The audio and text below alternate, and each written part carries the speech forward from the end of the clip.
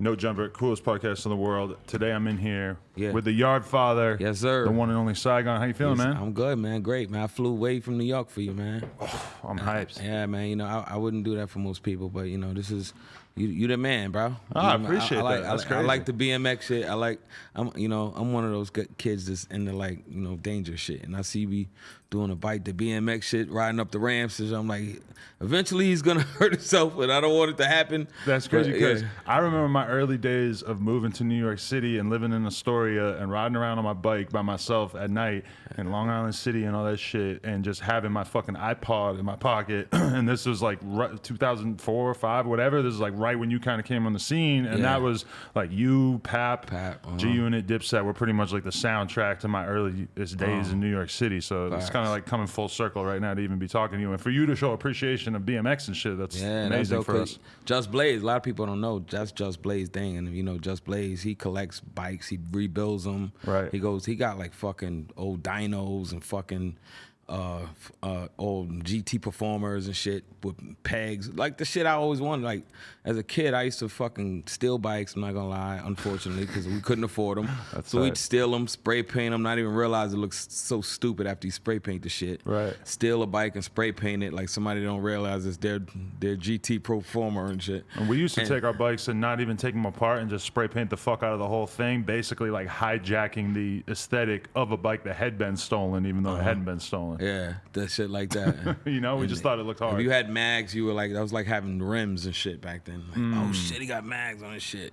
That's crazy. So It was a big deal. What's the relationship with Just like right now? Like you Awesome, speak man. about him like you guys are still close? Awesome, close, man. Yeah, it's like my brother, man. Like I talk to his mom.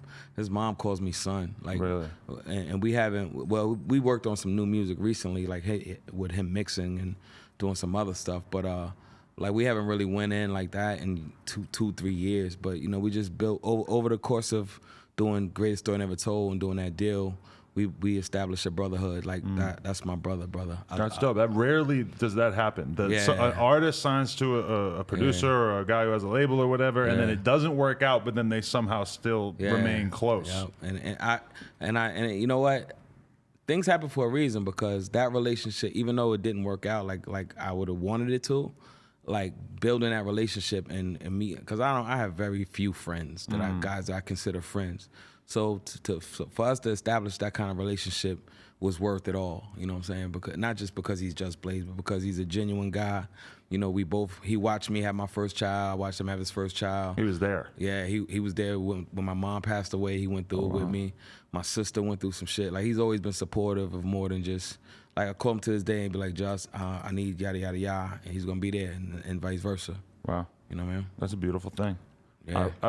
Can you settle an argument for me? Earlier today, I was talking about, I have a friend, AD, that I do a podcast with sometimes, and I played one of your newest songs, the MF song. And I said, check this out, this shit is crazy as fuck. And he was hating, and he said, oh, this ain't as good as Alphabetical Slaughter. And I'm like, this is so much harder. And then I played him the fucking P joint, like the original version of that. And I was like, look, like, doing the M and the F for the words, for those who don't know, it's like he's basically just MF using mad words that begin with M and then another word that F. And you got to make it make perfect sense. That's the thing. It made a lot of sense for such a tight constraint. Yeah, you have to make it make. It's one thing to use the letters and make them rhyme, but to make it make sense, like if you can say it and it's still like the MF motherfucking metaphorical fire, most fear my flow, my fashion's more flyer. Right. Matter of fact, the masses familiar with getting mind fucked for my family. When you can say it and not have to rap it to a beat, that's when you could tell what's what. So you can confirm for me that it was more difficult to write the verse with the MF thing than just using a single consonant? 1,000,000%. Boom, I win. 1,000,000%. Even Coogee Rap, who's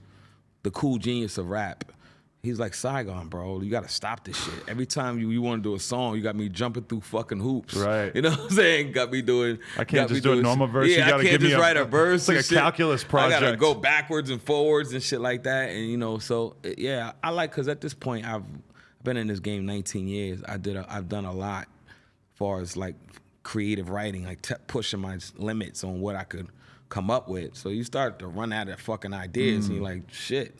What can I do next? And you know, so yeah, that was a fun one, and the video's cool. with the video, I put the words there so people could read along. So That's very 2020 of you nowadays. I They say, need that. I say, yeah, these kids are kind of slow. They're slow gas. So let me put the words and show them exactly what I'm doing. That'll help you out with the foreign audience as well as like the Absolutely. little kids. Like when you watch like YouTubers who end up making music videos and stuff, they always put the words on the screen. And now I'm starting to notice more and more real rappers fall in line with that too. Tech Nine, you know, I just did a situation over there with them, and when he makes his lyric videos, I love it because sometimes I get lost. He raps so fast. Like almost nobody can tell what he's saying at times. But then when you read the shit, you're like, this shit was fucking genius. Like, did he really just say that? Like that? He's one of the most underrated fucking artists of our generation. Insane. And I guess it's because, you know, because Kansas City and Midwest and like the face paint and all the other shit that made people go, what the fuck is this demonic shit or whatever the fuck people thought. Right. And they just overlooked how talented he is as an artist. He's fucking phenomenal. He is. He's incredible. Yeah, incredible. When I think about your career, it feels like you maybe were kind of like one of the last of a dying breed in the sense that lyricism was really still kind of treated as like the #1 priority when you were coming out, when you were signed, when people started to get excited about you.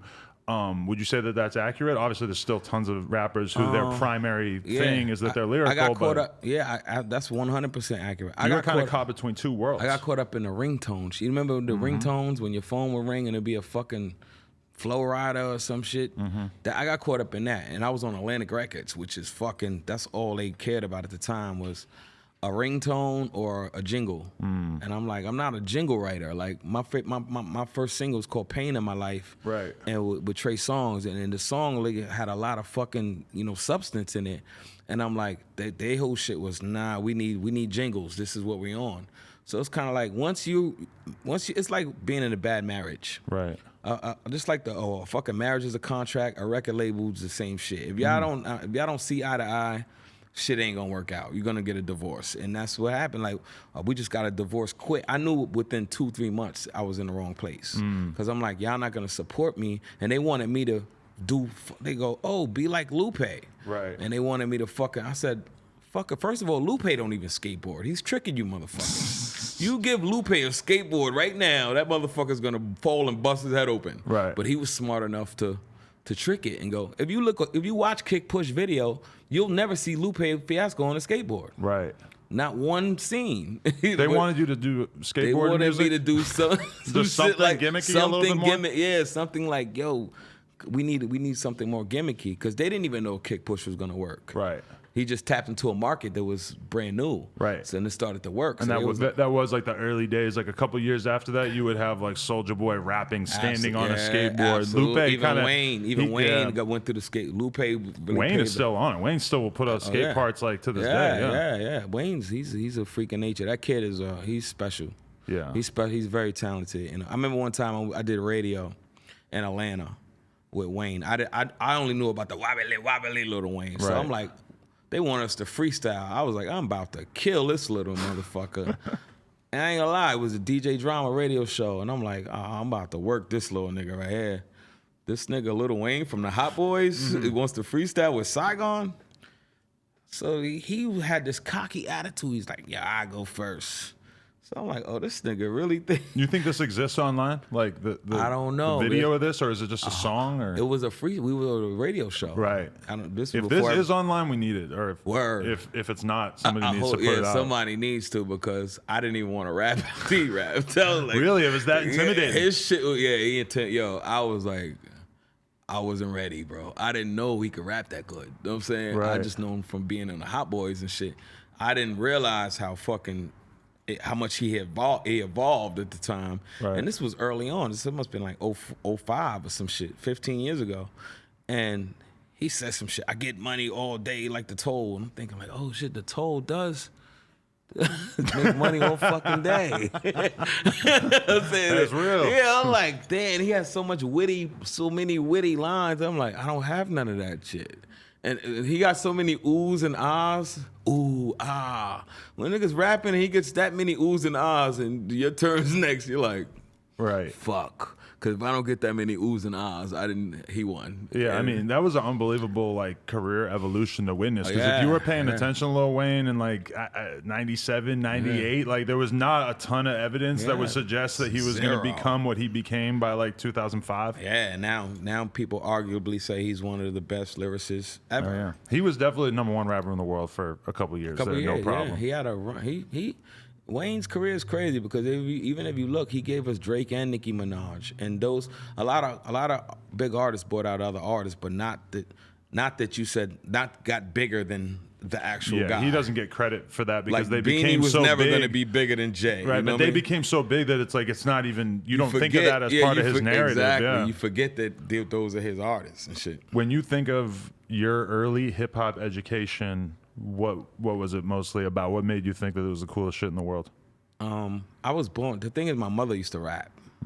So my mom would do her little freestyles and sing. She was like the original Drake and shit. She would be rapping and then go into a song, and I thought it was so cool and shit. And then you understand, I'm born late '70s, so rap. That's when hip hop was born. So I was kind of like brought up with the culture. So I remember watching Video Music Box when I'm 6 years old, 7 years old, and seeing Ralph McDaniels and the Vid Kid, and they're showing fucking UTFO videos and shit like that, and I'm just intrigued by it. That's what a lot of it is in this book. And like I pretty much was like, there's not a time where I didn't know what hip hop music was in my life. So as it was growing as a culture, I was growing as a human, and I was like, I gotta do this. I've been wanting to be a rapper since I was born. I was like, when you ask a kid in kindergarten what he want to be when he grows up. Right. I was a rapper, and then I wanted to be a gangster, and then I got caught in between and shit. You know what I'm saying? That's funny. I got caught in between, Definitely. But do you think that rap in a lot of ways kind of showed you that you wanted to become a gangster? Like was rap the blueprint that made you think that you had to do that? Because when gangster rap evolved, I evolved with the culture. Because I remember the blackity black and I'm black. I had the dashiki on when X-Clan and the niggas was out. Whatever rap was going, I was following it. Before the music industry decided that it's a lot easier to sell guns and violence than revolution. Exactly. Yeah. So I remember when there was the original MMG came out. It was a group from Harlem called Mad Motherfucking Gangsters, and across the 110, across the one, and this is way before Maybach music, and these guys were just on some straight, like mob style. They was rapping about straight street shit, and I'm 11, 10 years old, and I'm like, so as the like Black and Proud shit starts to fade, I'm like, fuck it, this is what's popping. NWA, the gangster shit, gangster. And then when Onyx came out, it was over. Like those are the ones who took me over the top. Throw your guns in the air. When that shit came out, I went and got my hand on a pistol. I was like, fuck it, I'm gonna be a gangster. This is rap, and that's why when I did get the opportunity to get a record deal, I understood the influence of this shit. Right. Because I'm like, kids, this shit is influential. So when kids are looking up to this shit, that's why these kids all want to try drugs. That's why they want to do mollies and sip lean and do all the shit they see the rappers do, because, they look up to. This shit had more influence than my father and my mother, hip hop. And anybody around me. Onyx is crazy when you think about like the early imagery that came out. Like before I interviewed them, I went back and I was just looking at all this shit and thinking about how that shit looked to me as like a 9-year-old, a 10-year-old. And it was like shaved heads, wearing all black boots. Yep. It really it was a lot of imagery that was almost like the other side of the coin for like skinhead type shit, where it's like these dudes were beyond intimidating. Facts. When Slam came out, I cut my head bald. I cut my head. I remember I was in a group home. I thought I was Sticky. I wanted to be Sticky Fingers. I wanted the cock eye and all that. Like somebody fucked my eye up, because I wanted the bad eye. Right. I wanted to be this guy. You know what I'm saying? That image of like not taking shit from anybody, likely to pop off about anything. Facts. That's 100%. I'm in a group home one time. We having a fucking little group home softball game. And somebody hit a pop fly, and I'm in the outfield, and the shit hits my mitt and falls on the ground. Right. So some kid goes, "Oh, I thought you was Sticky Fingers." Everybody starts laughing. I go over there and start fighting again. Boop, boop, boop, boop, boop. In your baseball uniform. Yeah, running over there. And the guy's on my team, too. Yeah. Boop, boop, boop, boop, boop, boop. Starts beating him up. So I'm like, yeah, I'm going to show you the other side of Sticky Fingers. This is what Sticky would do. Right. I go over there and start pounding on the guy and shit. That's why I got caught up in between, like, wanting to be a rapper and wanting to be a gangster. And I see a lot of these rappers are, you know, they want to be gangsters now. It's like, I'm not talking about a kid. I was a child. These are grown men now who are 35 and start rapping and then be like, fuck it, let me get a gun. Let me go shoot somebody. Let me catch a case. And you know, as an adult, to me, that's fucking silly. Like, I did my time as a kid. When you learn, you go, okay, I'm not going backwards. A lot of these guys are college dudes, bro, who had the straight and narrow and then decided, fuck it, I want to be a gangster. I want to be a G. When I'm 27, 28 years old, 29 years old. I hear about guys who like actually have careers. They've made it partially in the industry. They have something going on, and they want to get put on a hood that they're not from. Yep. And they don't. They're so stupid that they don't understand that you are the #1 target to get extorted, to go out and do some stupid shit. Like, everything about that is mind blowing. And to motherfuckers is trying, and people who are in that position want to be in your position. Oh yeah. They don't want to. The motherfuckers want to get out the hood. You think if they had a choice to say you got to sit here and live in the fucking 60s on Crenshaw and Slauson in the middle or in the jungle, or live in this fucking nice suburban area, they choose the fucking ghetto where they, you think that's what they want? No, they don't have a fucking choice. And you choose. You want to be like somebody. When they trying to get to where you at, you want to move backwards. I never fucking understood that. Yeah. I never understood how you could grow up in a nice household, grow up with sometimes two parents, or even if it's one parent, a strong parent, a strong mom, is sometime equivalent to both parents, and you choose to go backwards and go, nah, fuck that. I want to act like I grew up unprivileged and fucked up, eating fucking pork and beans and shit for dinner like me. Like, and I never understood it. And that's why, another reason why I wrote this book, because this shit details a lot of that. I'm very excited to read that, honestly. Yeah, man, I can't wait. Because you know what it is? A lot of people just desperately want a hero's journey within their own life. And the truth is that if you grow up in a nice area and you don't, you know, a lot of times, like, I'll be watching documentaries about people and stuff, and it's almost like they don't make, you're not worthy of a documentary unless you were, like, addicted to drugs or, like, an alcoholic or had some crazy addiction that you had to beat. And in a lot of ways, I think that's what people do, is that they grow up in an environment where there's nothing really, like, around them that is threatening their existence. It's not like a kid who grows up in the hood where they're scared walking to school, they join a gang, they carry a gun because they're terrified. It's because they don't feel like they've really lived a life unless they go through this perilous journey that they can somehow survive. It doesn't even make sense. It's almost like the Tekashi kid, bro. Yeah. It's almost like, bro, you didn't have to go and affiliate yourself with these street guys. These guys are really street guys. Like Nuke and these guys are gangsters, real gangsters. You already had your little thing going. You know what I'm saying? You had something going on, but you felt like, okay, this is gonna validate me. Yeah. But you didn't look at, like you said, there's a flip side to that coin. Because when the shit went down, you wanted to disassociate yourself as quick as possible. Yeah, I'm not part of the gang. No, I didn't. He used to even say, he said, like, you know, I had a wave going in terms of like the SoundCloud rap type fans, the weirdo rap fans. He used to get millions of views before all of that shit. Right. But the crazy thing is that he's right. Like, he would not have been accepted by the streets in the same way if he didn't get to be in a video with 20 dudes with red rags. Yeah. But the reality is like, you could have stayed a version of you that was much, much closer to your real self. Exactly. And then had a sustainable career. Facts. Probably a smaller, more moderate career. But I mean, take somebody like Tech Nine. If Tech Nine early in his career had decided that he wanted to represent himself as this crazy super gangster, he would have probably appealed musically to a much larger audience, but he also would have been bullshitting. Not to say that Tech Nine is not really with the shits, because I mean, I believe he's a stand-up guy in many regards, but you know, he could have put himself out there. It wasn't just like putting yourself out as a gangster, it was putting yourself out there as a caricature of a gangster. At 100%. Cartoon gangster. 100%. And this guy, he ran with it, and he had people in his ear telling him, yo, shorty, fall back, bro. Those same gangsters were basically telling him that this might not have been the best idea. Yeah, and now look, all of these guys lost so much. At that stage of your life, if you're in your 30s, you get sentenced to 15, 12, 13 years. That's a hit, bro. That's a fucking hit. Like, you got to start brand new. With the way the world is going right now, who the fuck's gonna know what the state of the world is gonna be in a decade? With the shit we going through now. Look, we're in a fucking pandemic. Donald Trump is the president. Fucking, they talking about a third wave coming of who the fuck knows what what's gonna be in 10 years, bro. And you gotta sit in this fucking cage because you decided to be around this little fucking kid who's not who had a decent life, who has a mom who loves him, right. who lives on a nice part of Brooklyn and Bushwick, where you know what I'm saying. If where he's from, you gotta go looking for trouble. Right. You know what I'm saying? All Brooklyn ain't bad. There's certain little pockets and shit, but there's nice areas in Brooklyn too. Right. Just like everywhere else. No, the area in Bushwick that he's from is not.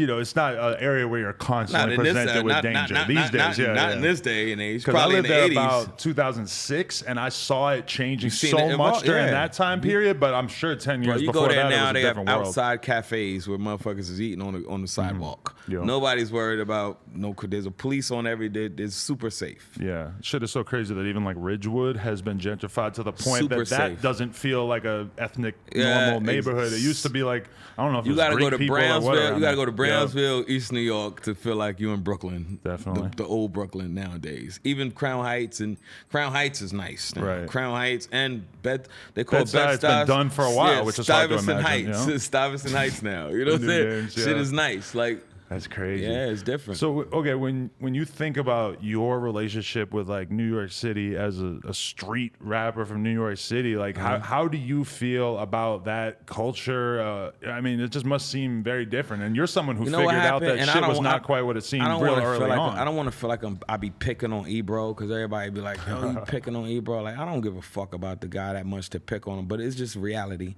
When Ebro became the program director at Hot 97, that's when New York fucked up. That's when, because we had a thing going where no matter where you were from, if you was fucking with hip hop, you paid homage to New York and said, okay, even if we don't sound like New York's the Mecca. New York is, they loved they loved the way our sound. They loved Rakim. They loved Big Daddy Kane. They loved all of these artists. And then when it when he came from the Bay or wherever he came from and became the program director, he became just watching the charts. So he's looking at other regions where other guys is popping, and they go, fuck that. Fuck these New York guys. Put these niggas on the radio at 13 o'clock, nigga, when everybody sleep. You know what I'm saying? So me, Pat, Uncle Murda, a lot of us, Graf, we caught bad dick. That was the era when Ebro came around. And so then all you heard on the radio was DJ Unk, walk it out, walk it out. You heard fucking the Franchise Boys. Right. And then you go anywhere else. Like, I'm driving through LA right now. All I hear is Roddy Ricch. Because he's from Compton.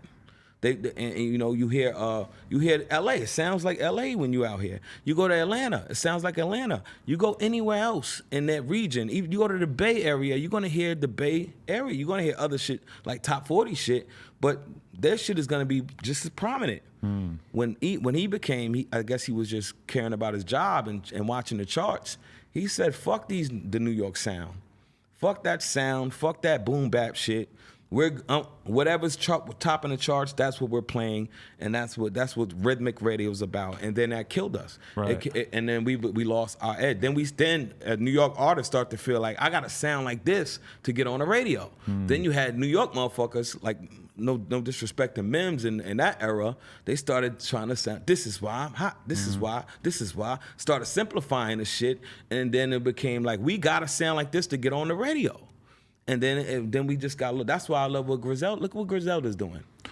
Griselda came back and brought the essence back of boom bap. They shit is 86 beats per minute. They rap over slow shit and lyricism, and they emphasize that, and they winning. And it's crazy because they've actually managed to get the giant corporations of hip hop on their side. Because, Shady and Rock Nation are actually supporting them and realizing that long-term brand building. They deserve it. You, I love it. I love seeing that shit. And a lot of other people from your era really like deserved that same understanding and treatment. And it wasn't the stars didn't align. Because now what changed is the internet. You don't need the radio like you did when we was coming up. We depended. We had to go kiss ass for a spin. Yeah. Yo, can I get a spin? Now the internet will take your shit. People can go. Nobody has to wait for your shit to come on the radio no more. Right. If they want to find you, they can go Google your name and you know what I'm saying, and go listen to your whole catalog. And I've heard Ebro kind of like try to defend why you only put songs on the radio that will be continue to keep X amount of people that's listening. That's not hip hop, bro. Then you might as well go to pop. That's pop shit. Right. Hip hop is rebellious. Because we see what happens when everything is based on what's the most popular. Like if Facebook only allows the stories that are the most engaging for the viewers to rise to the top, we've seen what happens. Then a bunch of conspiracy theory shit and a bunch of, racist like pseudo propaganda ends up becoming the top ranked stuff. That's because bullshit will always be more appealing to people than things that are a little bit more measured and rational. And that view of the world is kind of short-sighted, because in reality is like, if you have a song that you believe is hot and deserves to be played X amount of times on the radio to at least try to get the audience to appreciate it. I mean, isn't that your duty as a person whose job it is to spread music to the community? That's what a DJ's supposed to. That's what a DJ's supposed to do, and that's what a program. You're a program director, so you're the one formatting the program on what gets played and what don't get played. Right. But a lot of these guys need job security, so they go, my job's on the line. And I gotta play what the higher ups want me to play, because we gotta sell advertising, and it's a business. So when you look at it from a business standpoint, you look at it from a hip hop standpoint, the people that win is the people that go against the grain, the Master P's of the game, the fucking babies, the people who say fuck it, we're gonna do it our way. Those are the guys who win big. You know what I'm saying? Even guys like Dame Dash, I know you and Dame got your thing or whatever. Shout out but shout out to Dame, bro. But Dame was one of those innovative guys who, when everybody's saying Jay-Z's trash, he'll never get a deal, he's whack, he said, fuck that. No, we gonna keep pushing. We're gonna do it ourselves.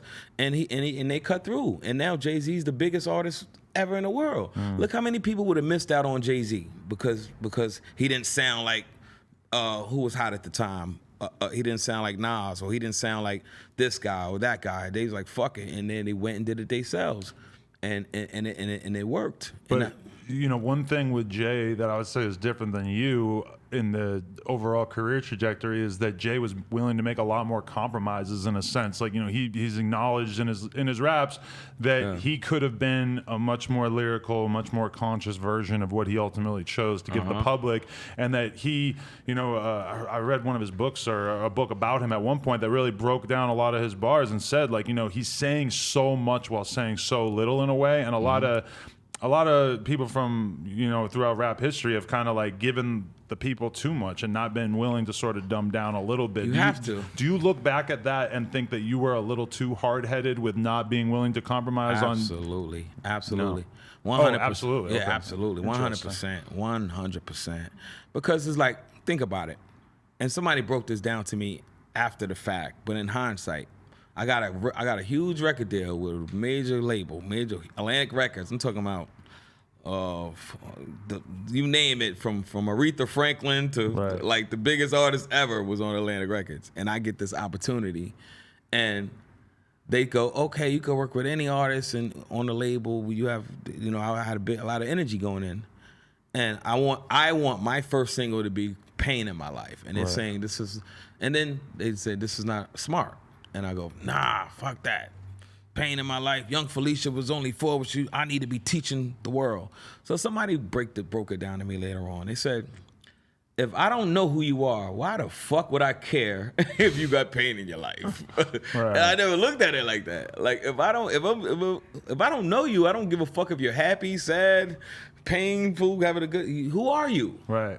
And then I didn't look. I'm like, So what a lot of people got to do, you got to reel people in first and get them to pay attention to you first before you start to give them the deep shit. And to you, that was your mixtape run. To me, exactly. But the fans didn't necessarily, like more mainstream fans didn't necessarily know that version of you. What happened was the mixtape run was all that gangster shoot 'em up, bang bang shit. Right. And it was working. That's what got me the deal. But I made a deal with God before I made a deal with Atlantic Records. You know what I'm saying? When I was sitting in them penitentiaries in them cells, and 23 hours a day, I wasn't in there like, this is the shit. I was in there like, I want to go home. And if I get another opportunity, I'm going to do shit differently. Right. So when I did get an opportunity to have that big stage, and I'm like, because when I was doing the mixtape shit, honestly, I didn't know if it was going to work or not.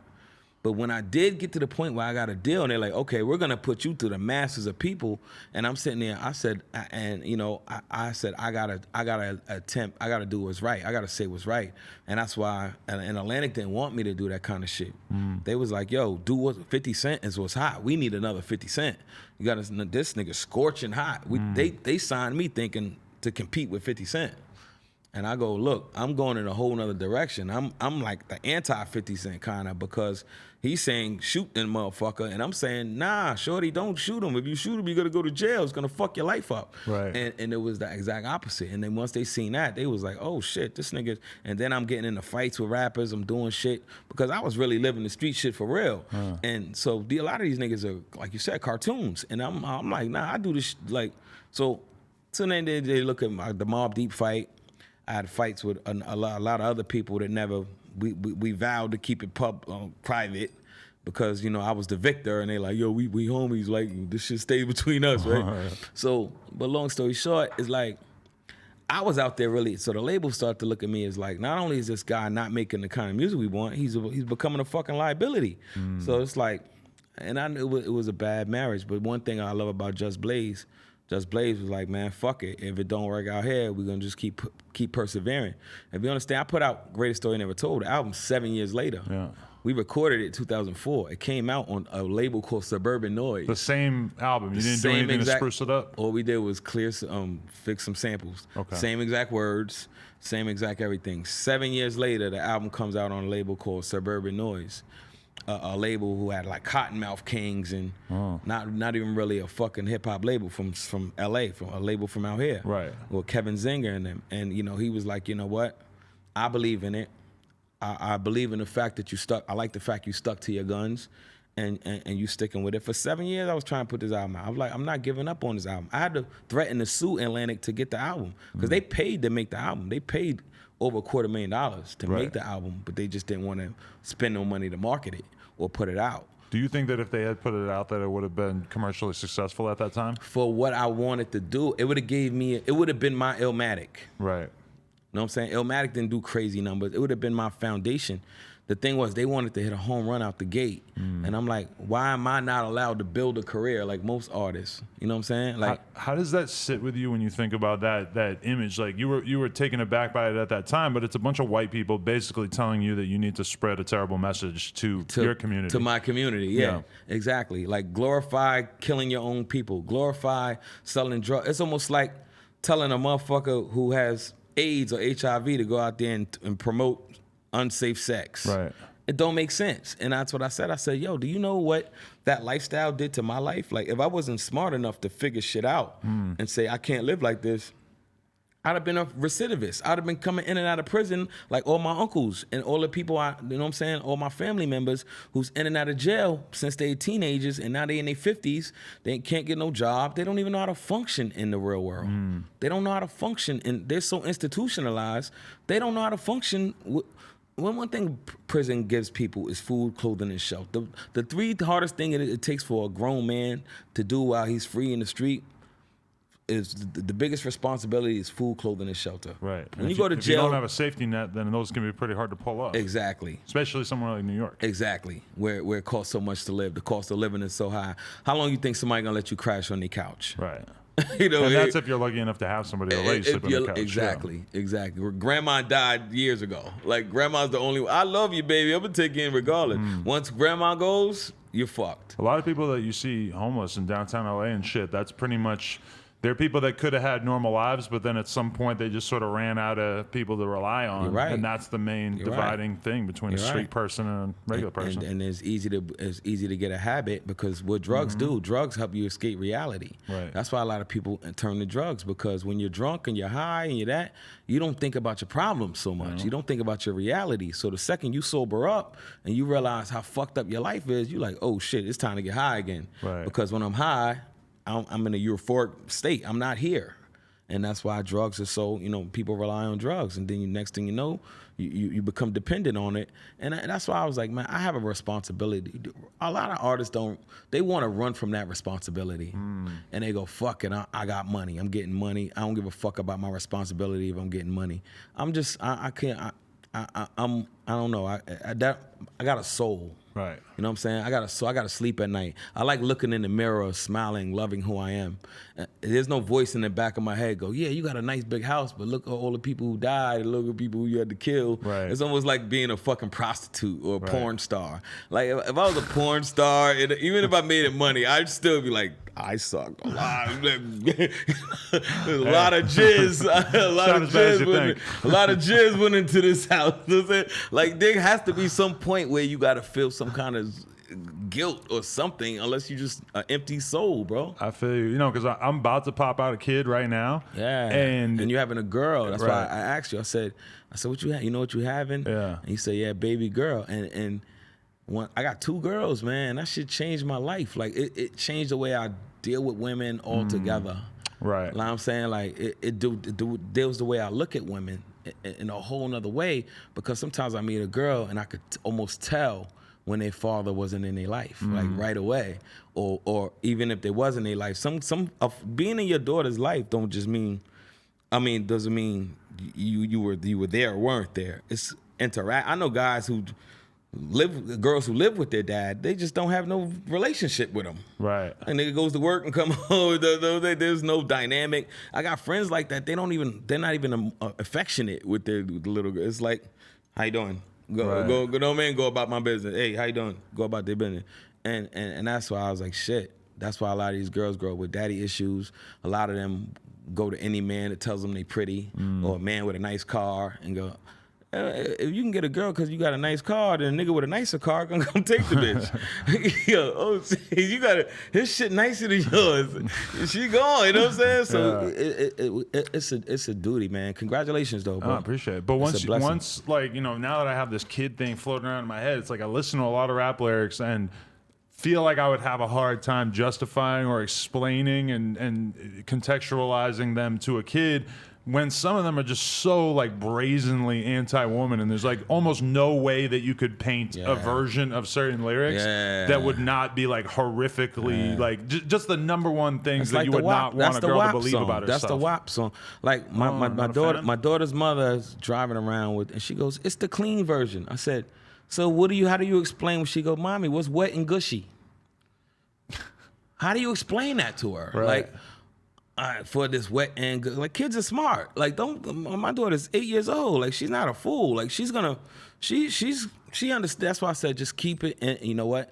It's urban until it gets so big where it's making so much money. They go, fuck it. It crossed over, and it crossed over to mainstream, and now you hear it on fucking K-pop station or Z100 because the shit is just it's like wildfire. Right. But the difference is like, and where we come from, we're more. There's a stigma in rap with being real. Like this is real. You know what I'm saying? Like we're not allowed to say, I'm not really a gangster. Was never really a drug dealer. This is just, we gotta be like, I keep it real. That's the shit with rap. I'm real. I'm a real nigga. This is real. So you can't tell a motherfucker in one sense is real and then in another sense it's not real. Right. You can't. That's fucking contradiction.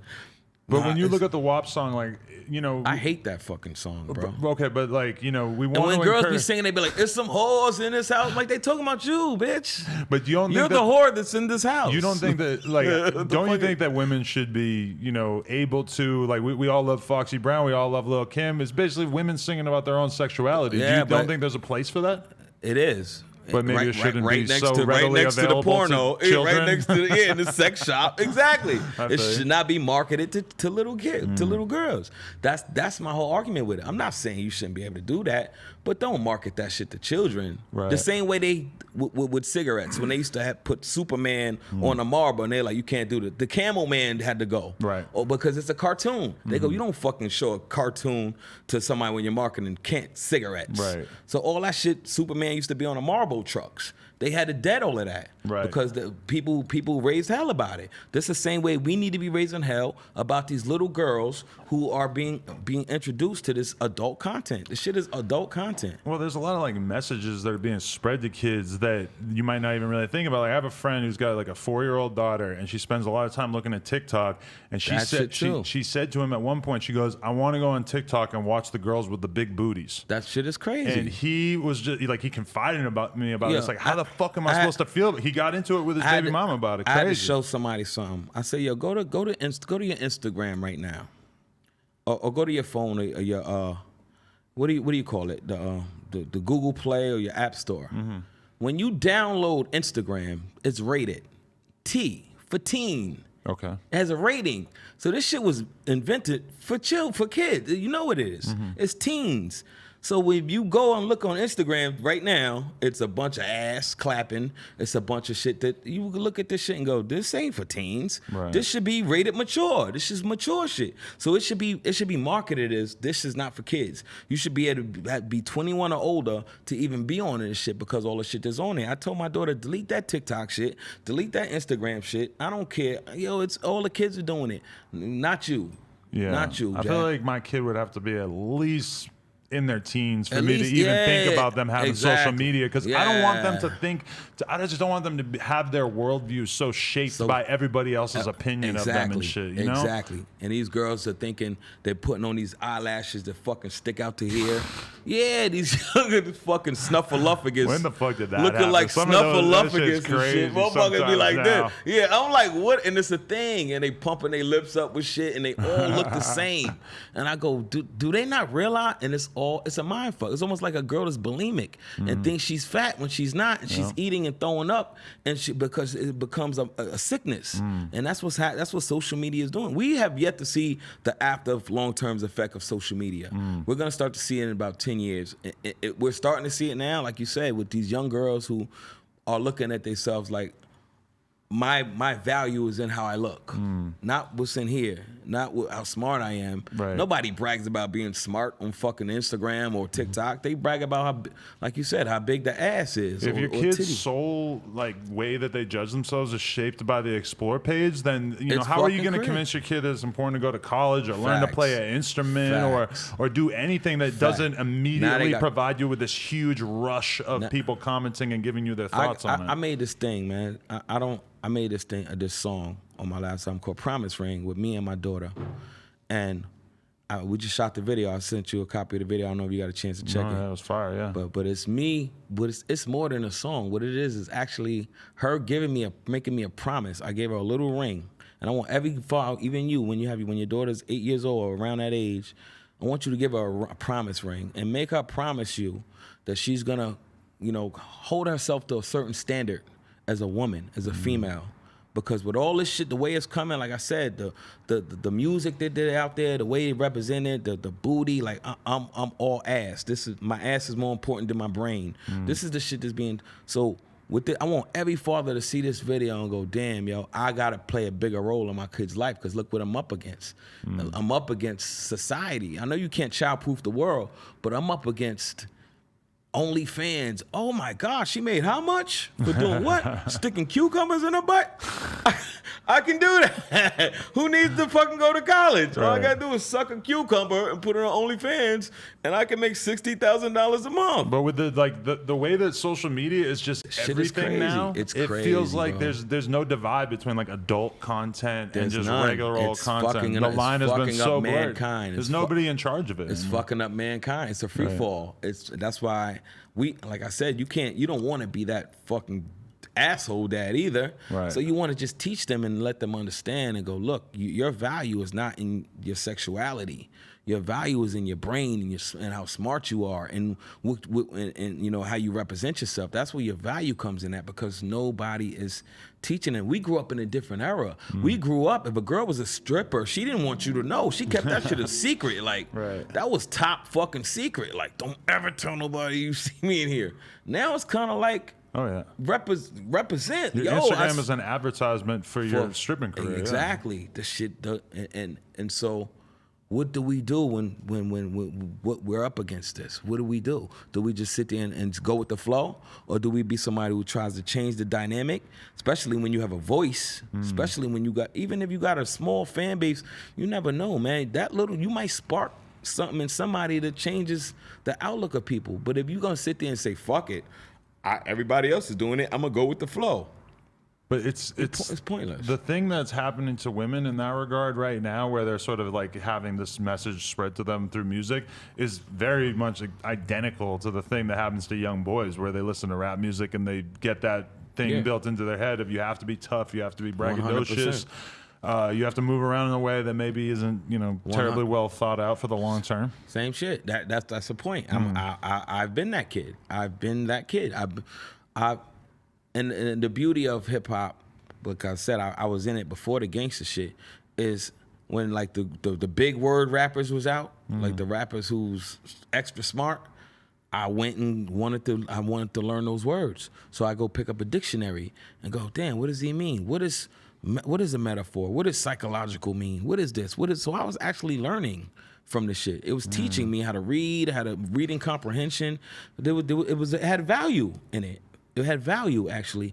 And it's like we just stripped it of all of that and made it a fashion show, made it about who got the most money, who fucked the most girls, who got the most meaningless fucking jewelry. And it became something that was so beautiful and powerful, and it's like been, and now it's like, okay, let's strip this fucking music, of this culture of all its power, and just say throw it out there and make it a free for all.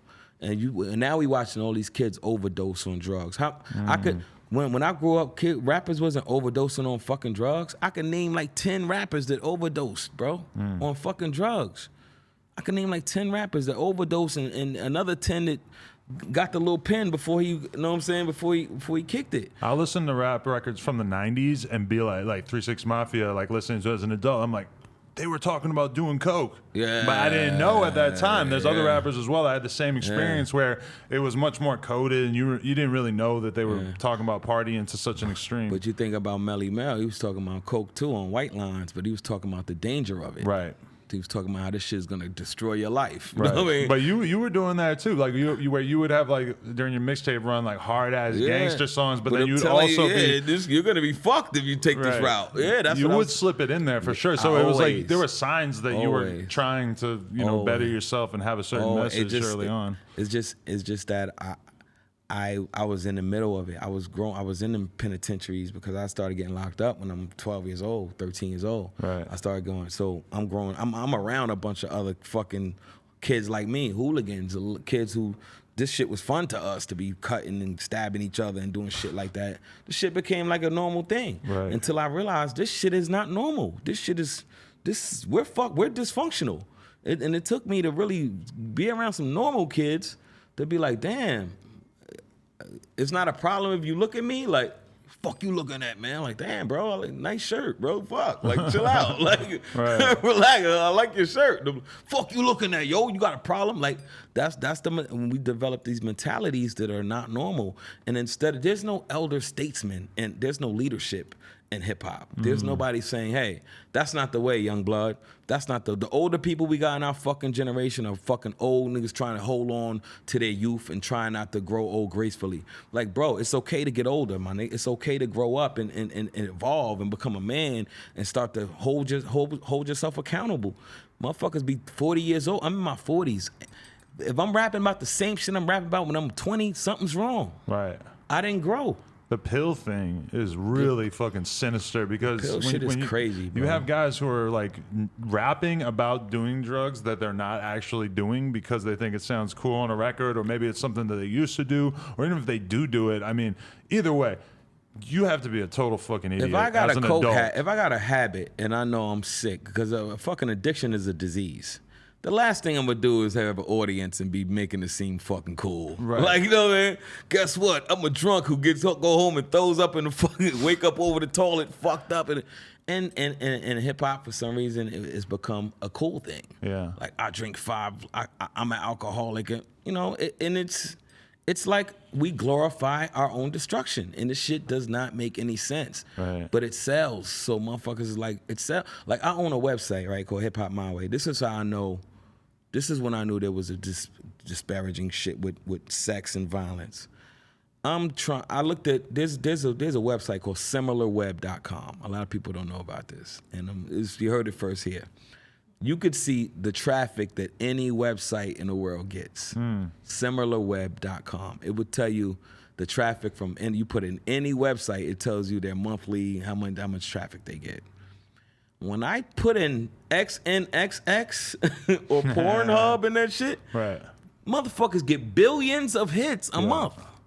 Now you think of a big world, like World Star. World Star's sort of big, like in the urban world. That's like the biggest, like right in the past couple years. World Star might get 40 million uniques. Right. Pornhub gets about 5 billion or some shit. Right. Sex sells. It's just it is what it is, and it's something that's so natural and it's amazing because you're like, sex is as natural as fucking eating. We have sex to procreate as human beings, but somebody was able to put a twist on it and make it taboo to where people want to watch other people fucking all day. Know what I'm saying? Like, that's like, and she said, hey, she said, hey, that's me. No, just put. We gotta search her on there. So then you go to fucking, like now you look at YouTube and you got these YouTubers where people will sit there and watch kids open gifts and they get millions and millions of fucking hits. You've had to watch some of this with your kids, I'm assuming? Oh, hell yeah, bro. I'm like, I'm not about to sit here and watch kids open gifts, man. Right. Or a family just doing normal shit. Yeah. Like, they'll sit there and watch that shit for hours and hours and hours. Like, I love this family. Right. And I'm like, what's so special? What did they do that's out of the ordinary? They're like, no, I just like them. The kids are cute and blah, blah, blah. And I go, damn, we live in a different time. Right. This time is, we live in a different time. And I can't call it. It's to the point I consider myself, I'm not a remotely intelligent guy, and I can't put my finger on this shit. Right. Well, but it's something about people just wanting to observe a nice, normal family, like that maybe is better looking than the average family. And hours of your life. I know, because I at first when I saw the Ace Family, I had no fucking clue how anybody could watch this, and my girl kept watching it. She's like, well, you know, I like watching the kids and like seeing what the kids do, and then once in a while I'll see a thumbnail that kind of like, oh fuck, I want to see what they did. Like they got another kid coming, like fuck, and then you realize, because those are the videos that have millions and millions of views, are the ones about the new baby coming out or whatever, and it's like, I don't know, somehow people just sort of get tied into this mentality of wanting to.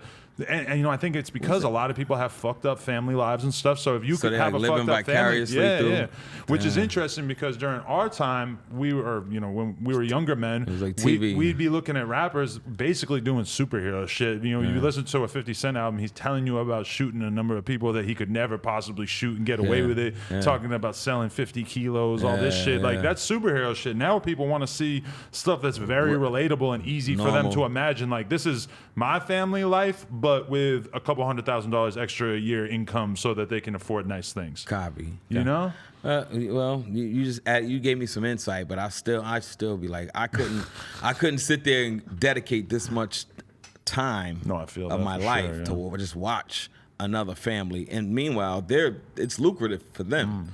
Because the more eyeballs they get, the more money they make, and we're wasting time and money watching another family, and I don't know, man. I guess it's kind of like the new TV, like and like when you watch the Cosby Show, but that was like a half hour fucking week. But think about TikTok. That was like 8 hours. TikTok is mostly just good-looking people dancing on their iPhone to like song, like, you know, 8 seconds of a song that sounds kind of good. And I don't understand TikTok. Very confusing. Like what? Like it's like we have access to all this technology. I remember Gary V about 2-3 years ago saying TikTok is gonna be the next. I'm like, you might be off on this one, Gary. Usually you're right, but I can't see an 8-second dance fucking videos being the thing. Right. I was right. He was right. Yeah. He was like, whoever's not getting in this TikTok shit now, you're gonna be behind. You're gonna fall back. And I'm like, Gary, you're usually smart, man. I usually follow the shit you say. But no way is TikTok gonna be the wave of the future. This shit's for kids. It's a little kid thing. I think kids now lead adults. It seems like the kids is like the tail wagging the fucking dog. Yeah, there's a lot of truth to that. Yeah, kids we follow what kids want to do. And it used to be like we set the standard and kids wanted to be like us. Now it's like the adults want to be like fucking kids. But it's like there is a counter to all those sides, though, because on one hand you could point towards a lot of like TikTok friendly music and stuff and say, look at this garbage that is just becoming huge. But then also in the music world, you have somebody like J. Cole or Kendrick who are like objectively the biggest artists in hip hop, and they're pretty much some of the artists who you would look at as being like the most true to what hip hop is really about, and that they're actually spreading, positive messages. They're very lyrical. What does J. Cole and Kendrick Lamar have in common? That they're so big right now. Oh, that they have largely white fan bases too, I would say. That's one thing. And they both came through juggernauts. This is true. One came through Dre, and one came through Jay-Z. You dig what I'm saying? There's a million Kendricks out there. But they're not going to have that opportunity to have somebody like Punch who has a bunch of drug money. Well, allegedly, street money to say, okay, let's take this kid and invest in him. Right. Like, I remember J. Cole when he was a fucking intern at Def Jam trying to give me beats. And I'm like, no, thank you. Really? He was a producer. Yeah. And he'd stand in front of bass line, and one day somebody gave him a shot. Like, these guys are like lottery winners. You know what I'm saying? They're lottery winners. And they just happen to have that talent to succeed and to really, but there's a lot of J. Cole's and Kendricks out there who never gonna get that break, who's never gonna get that opportunity. And what the good thing is, and I know this because a lot of them, when I meet these guys, they grew up looking up to me because that's how long I've been in this shit. So a lot. Then it's just I meet so many talented artists, and I go, damn man. Oh, if you do get a shot, it's almost like Benny. Benny the Butcher. I knew Benny 7, 8 years. I told Benny, I said, Benny, if you get in, you're gonna be a problem. I said, you're gonna be a prize. You can ask him to this day. I used to tell Benny all the time.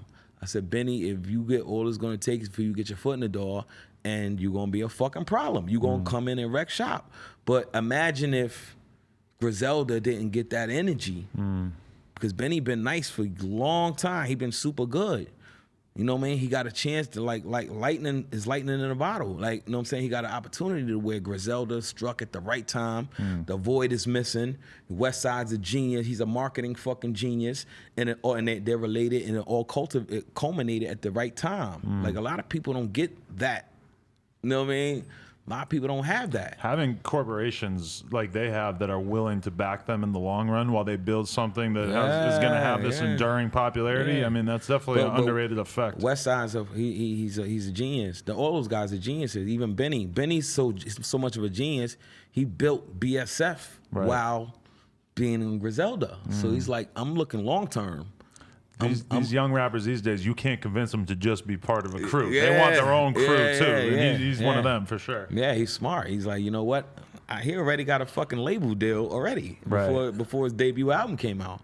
Because he's a smart kid. Because there's a new thing that you can do as an artist where instead of like really focusing on just having a hit or a giant song, you could really focus on building this impeccable long-term brand, which is what Griselda's doing. But there's been times, I'm not even going to mention specific examples, but then there's been little things that might have happened with specific people in Griselda where I started to realize like, yo, they're vulnerable. If they do something whack, it's going to have a huge impact on the brand. It's the fact that you've never seen them do anything whack that makes the brand so strong. So it's even more pressure on them. If they do some corny shit, that could fuck the whole thing up. It's just that they haven't done that. I don't see it happening no time soon. They quality. They really they just have to stay full quality and never make that crossover to doing some bullshit. Because if they do that, it ruins everything. It does. You gotta understand when EPMD made the song Crossover, it used to be a bad look how much shit we gave MC Hammer for being big. Now everybody wants to be Hammer. You know what I'm saying? We gave Hammer, you the gas face, you trash. And you fucking Hammer, now that I know so much more about him, was like more street certified he was a gangster, than almost anyone of his he was era. a straight G. He was a straight gang from Oakland, step into his business. Well, like everybody who dissed him, when they met face to face, Hammer was like, yo, what's up? You have something to say? And it was the fact that he got so big and we became, he went commercial. He went commercial. Now that's like the goal in hip hop. Right. I gotta go commercial. EPMD had a song called Crossover, about not crossing over. Now that's the goal. The goal is to cross over. And you're right. If they stick to what they're doing, they'll be golden. They can rock out for forever. Look at that's what happened when Wu-Tang got so big. It's just like so big, and it's like. Then they start doing with the dino, the video, with the fucking Barney Rubble and shit. That's exactly what you're talking about. And that was the first blow to the Wu-Tang where the shit said, exactly what you just said. If they do some corny shit, it's gonna hurt. My friend Jeff Weiss just wrote this amazing article about Vanilla Ice and talked about how, you know, before he became mega famous, he was like pretty much the most respected white boy rapping in Dallas. Like he had really carved out his niche for himself as like a fire rapper, cool ass dude. Everybody fucked with him. He comes out, blows the fuck up. They make fun of him on the Saturday Night Live sketch and like a couple other things. And he became a punchline so fucking fast. And then you compare that to somebody like Eminem. Eminem comes in with the Dre cosign. By that point, they had kind of realized that if you're going to take, like, and that's 8 years between Vanilla Ice and Eminem. M was such a genius. He came in kind of clownish. So he came in with the, hi, my name is making fun of himself. So it was like, bro, and then he let us know how great he was lyrically. Like, 'cause my name was cool lyrically, but it was just so different. But the whole thing is that when he's standing next to Dre, then any risk of you being a joke is just kind of mitigated. Like how, like, because then Dre has to be a joke, and nobody's willing to make that leap. Especially at that time. No way, no how. Dre was everything. Dre still is. Dre is Dre. But a lot. I love hip hop. I love the culture. It's just like you said, it's become a free fall. But there's a lot of young talented guys like Cordae. Cordae is hot. Like I like Cordae. I like a lot of these young guys. And even what's going on with the New York young movement. With the only thing I don't like is they trying to be like the Chicago artists and with the drill shit. But them motherfuckers, when they mean drill, they mean drill. Like when I see you, motherfucker, I'm gonna kill you. Like them Chicago, that's why they dying at that rate. And so many of those Brooklyn rappers got killed over the past couple of years. Over the past because they're trying to emulate in Chicago. This is because we don't have an identity anymore. We don't. Our closest thing to our identity is Griselda, and they from Buffalo. They from 6 hours away from New York City. Right. They from Buffalo. They closer to Detroit than they are to New York City. But kids see how it happens. They kids realize like, like that drill shit. Like you could be a kind of whatever ass rapper, but you take on that sound. You have Guns and Lean in your videos, and that's like that's gonna do a lot of the work for you. You gotta live it. You gotta be willing to. When I see you, I gotta kill you, or you gotta kill me. I don't want to be a part of no shit where I gotta die over this shit. You know what I'm saying? No, thank you. I've seen some of those drill type rappers get beat up one time, and it's like the end of their career. Oh yeah, you just can't really go anywhere from there. You're done. Nobody wants to hear no tough shit after that. Yeah, when you build your whole brand on being the toughest guy in the room. Facts. You're done. Even like when they shot at Chief Keef, it's like, oh, Chief Keef got shot at. He didn't kill nobody. Next, who's next? he didn't kill 10, 20 people. Like, it's so much we could do. Like even when we use hip hop, like when Puffy was doing the vote or die shit, and he goes, oh, let's rally, let's get the hip hop. Even politicians are doing it. You see, Bernie Sanders had Cardi B in every fucking interview. Yo, Cardi, tell them why they should vote for me. Like you see it now. Even Trump just went and said, yo, I'm in mad rap songs. He just said that shit.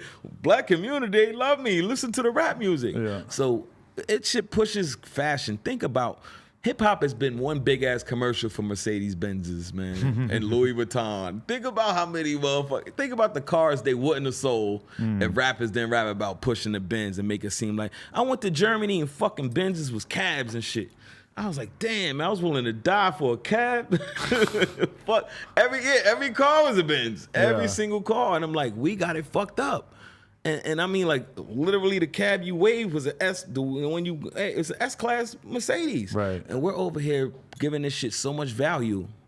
We're giving it value. And I'm like, I was talking to homegirl today. I said, yo, do you think if any of these kids who would die for a Louis belt even knows what Louis Vuitton looks like? Right. She's like, I don't even know what he looks like. And there's girls that will want a bag. They'll go strip for a bag for a guy's initials on a bag, and they wouldn't even know. They don't even.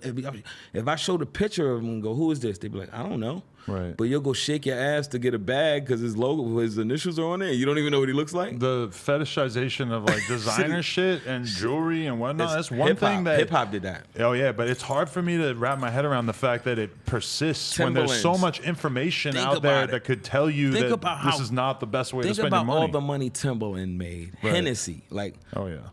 Hip hop is a big advertisement. That's why Jay-Z got so smart. He's like, fuck that. I'm not gonna be rapping about all this shit. I'm gonna create my own and then rap about that. Right.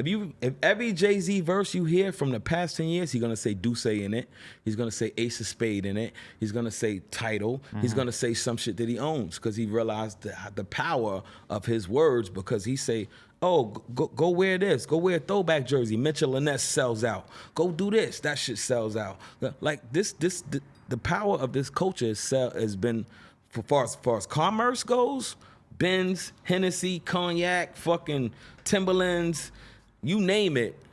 All of those companies have probably, I couldn't even fathom to put in the how much fucking money that we pumped into them companies, bro. When you look and none of it into our community. When you look at Rock Nation, what do you think of the moves that Jay's made with that? Because that seems like kind of the biggest example of a rapper really taking control of his culture in a lot of ways. Jay-Z. I love Jay-Z, man, and I'm one of the only artists who wasn't signed to Rock Nation or Jay-Z to have him on my debut album. Right. You know what I'm saying?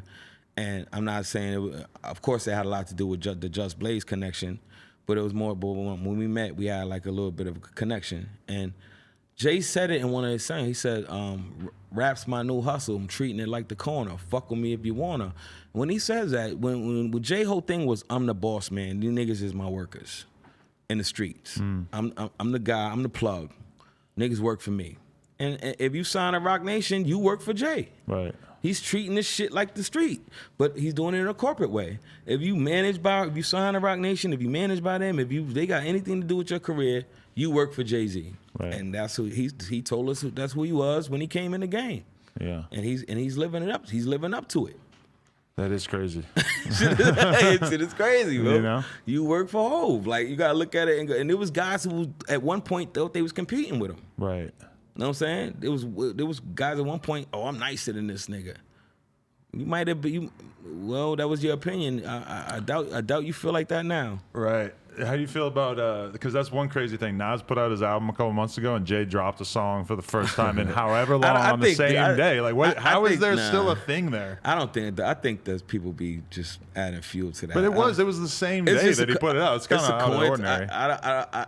Because it's happened a lot. Yeah. But I don't think Jay really sits there and go, I'm going to just try to dim his light. Because, who knows, man? Who knows? If that is how he's thinking about it, that's crazy to me. That's because crazy. That's that Michael Jordan shit. I don't feel like anybody's you see really did you watch the Michael Jordan documentary? Yeah. How he make up shit in his head that didn't really happen? Right. Like the guy was like, good game. He's like, what? So he'd have a reason to play hard. Yeah, reason to go harder. Some people just got that competitive spirit, no matter what. Like, we could be friends. I just feel like those are the guys that excel. Those are the Floyd Mayweathers of the world. Right. Those are the Michael Jordans. The guys just win. They just got this thing that a lot of us don't have in them. And it's a competitive spirit. It's not even a negative thing. It's actually a good thing. Mm-hmm. You know what I'm saying? Unless you let it get to that point. But it's a thing where you just like, I gotta win. I gotta win by any means. And I don't knock it. I think the Nas and Jay shit is a little bit far-fetched. I don't think Jay sits there and calculates to win, because as far as I know, they friends and they cool. And now you up here now, bro. Right.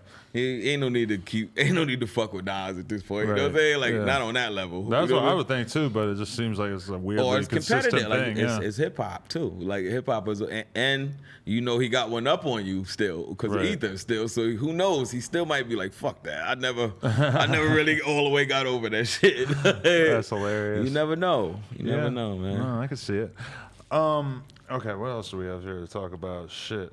Okay, so you've watched your former mortal enemy, Joe Budden, do the transition from rapper to podcaster and whatnot. Does that appeal to you at all? Like, how did you guys ever really come to a formal resolution there? Or? Yeah, like the thing with Joe Budden, man. Joey he just wants rap beef. He loves to rap. I was listening to you guys dissing each other. That shit was great. Yeah, man. It was fun. Really brought me back. And the thing was, I still had that street mentality. So when he started throwing my name, he was just baiting me. So I'm like, yo, when I see this guy, I'm gonna approach him on some street shit. And then he hit me and was like, yo, what, you scared to battle? Like, I'm not a street dude. Like, he admitted it. Like, I don't want no street beef. Right. But what you scared? Why I gotta be some street shit? You're a rapper, right? You scared? You scared to battle me? Like, want some rap shit? That made me be like, oh, he thinks I'm scared of him? And that made, so he actually outsmarted me into battling him. I didn't even want to do that shit. Like, I'm like, that's not my lane. Leave me alone, I mean. And he was like, oh, if you scared, man, just say you scared. It's all right. I'm like, what? What you trying to say to me? I'm not scared. Like, And so that's how we end up going with the back and forth shit, because even right after the battle, like I would call him or he would call me and be like, there's no way this could end good, right? Like, I'm about to come with some crap. I'm like, yo, Joe, stop, man. I don't want to keep doing this shit.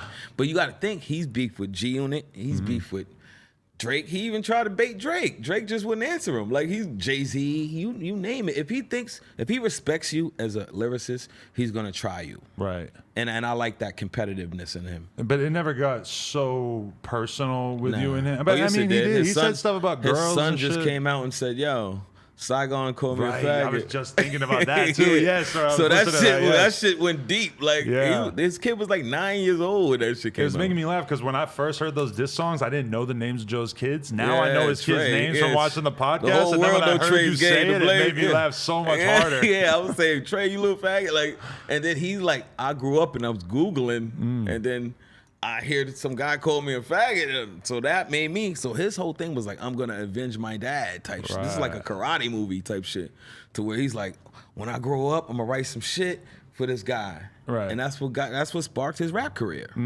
So something good came out of it. That's crazy. Was there anything that he said that like really stood out to you as like particularly offensive that really like got to you? Absolutely. My daughter's mother dated Game before me, and I didn't even know it until his rap came out. Wow. He said, Game's old bitch. I'm like, Game's old bitch? I called her. I'm like, yo, you used to fuck with Game? She's like, that was a long time ago. I'm like, I got songs with this guy. Like, I'm doing songs with this nigga. I'm like, yo, why wouldn't you tell me this shit? Like, oh, you got me out here naked. I'm exposed. And she was like, I didn't see that. It was a long time ago. And then I said, yo. And I'm like, how the fuck did he know this? That's crazy because Game did that to Joe recently, too. Well, not super recently. It was like a year or two ago. But when Joe was still with Santana. It's funny. I did that with Tahiri because nobody know that was Fab's chick first. Right. So you were the one who brought that to light. Yeah, I thought I was up one. I was like, Fab, you got Fab's old bitch. He was like, nigga, that's Game's old bitch. Right. I said, holy, and I called her and I was waiting for her to go, I never even met that guy. That's the reply I wanted. Right. It just rhymes because he said, you speak Tahiri, I'm gonna speak Austin. That's her name. The one that blah blah blah. He said some disrespectful shit. I don't even repeat it because she's married and all that now. But, so it's like that shit just fucked me up. I'm like, why wouldn't you tell me that? You know I'm engaged. You're paying attention to what's going on. Yeah. You pay attention. Why wouldn't you pull me to the side like, yo, I'm gonna put you on some shit like. I used to fuck with JC back in the day. I used to fuck with Game. Right. So, so if you were say to get it first. in a relationship, you would want the girl to confess every lit dude that you might know. Yeah, I do that with girls now. Once I see I'm like, especially if she's in a circle, I'd be like, did you fuck any rappers, man? Let me know off the rip. No, I used to ask girls that like straight up. Yeah, like, let me DJs, producers. Anyone you think I might know, just let me know right now because I don't want to find out in 6 months. Exactly. I do that, and then that's a reason I go even harder with it now. I'm like, yo, just tell me who. Where him too? Oh no. Lie detector test. Yeah, I can him too. Oh, that We're gonna nigga's run the through DJ. the Billboard charts here. You did a manager? A manager? The merch guy? Yeah, the merch dude. Yeah, you know the dude who does merch for. Oh no. Oh no. Yeah, security guard. What the fuck? So I love, but back to your initial question though. But I love what Joe Budden is doing, man. Like that shit is inspirational, bro. Joe's smart. He's a very, very smart guy. He's an asshole, but he's smart. Right. He's a smart one of those guys in school. You just want to give him a wedgie and shit. But he's a fucking smart kid, bro. Right. Yeah, he's a nerd, bro. A lot of these rappers are nerds. He saw the podcast revolution coming kind of early because sometimes I think about the fact that like for me interviewing rappers early on, it just wasn't that many other people on YouTube doing it. You've seen the internet early, but now it's like every rapper has become an interviewer who interviews other rappers. A lot of whom they're just like friends with, peers with, etc. Like he's seen the internet early. Joey knew the internet was going to be the thing years ahead. They used to call me and him internet rappers. Like, yo, because I learned from him. I'm not even going to hold you. He used to go in them forums and talk to his fans all fucking day. And you said he was getting punchlines from him. Yeah, he was, bro. He was sucker ass thing, and some good ones too. Some good ones. He went in. Look how good of a line this is, Joey. You didn't make this line up, and I know this for a fact. Because everybody know I've been to jail. He went in a tight end and came out a wide receiver. I'm glad you said it so I didn't have to. Yeah. I was like, that's genius. When I thought he came up with that shit, I was like, but it's these little fucking nerds who just sitting there go, say this. He went in a tight end, came out a wide receiver. I was like, that's... And it's so funny because a good rap lyric like that, it's like nobody even gives a fuck if there's any truth to it. I mean, he's making a pretty bold statement right there. Oh, nobody was questioning. Like, Saigon, did you really get raped in prison?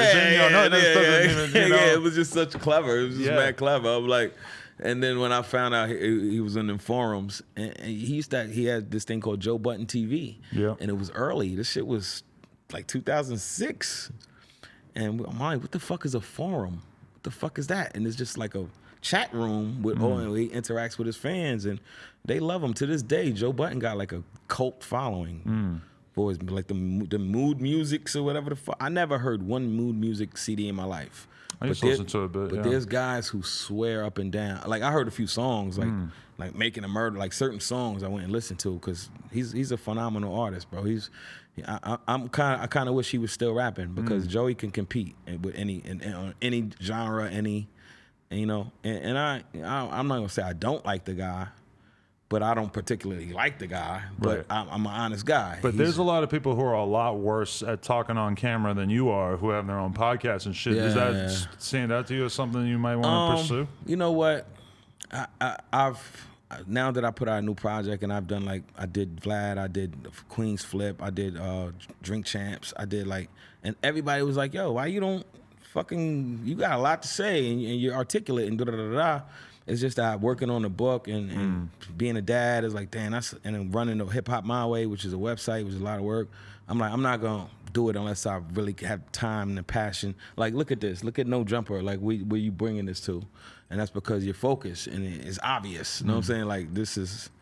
Like I remember earlier No Jumper. It back in the bike shop. Yeah, it wasn't looking phenomenal. Like I'm looking now, like this is a production at this point. Yeah, it came a long way. And you put it like that. Yeah, so I'd rather focus on one or two things than do five. If I had the time and the effort to do it and the energy, I would love to do it because I just try to find my own lane and do something that everybody's not doing because.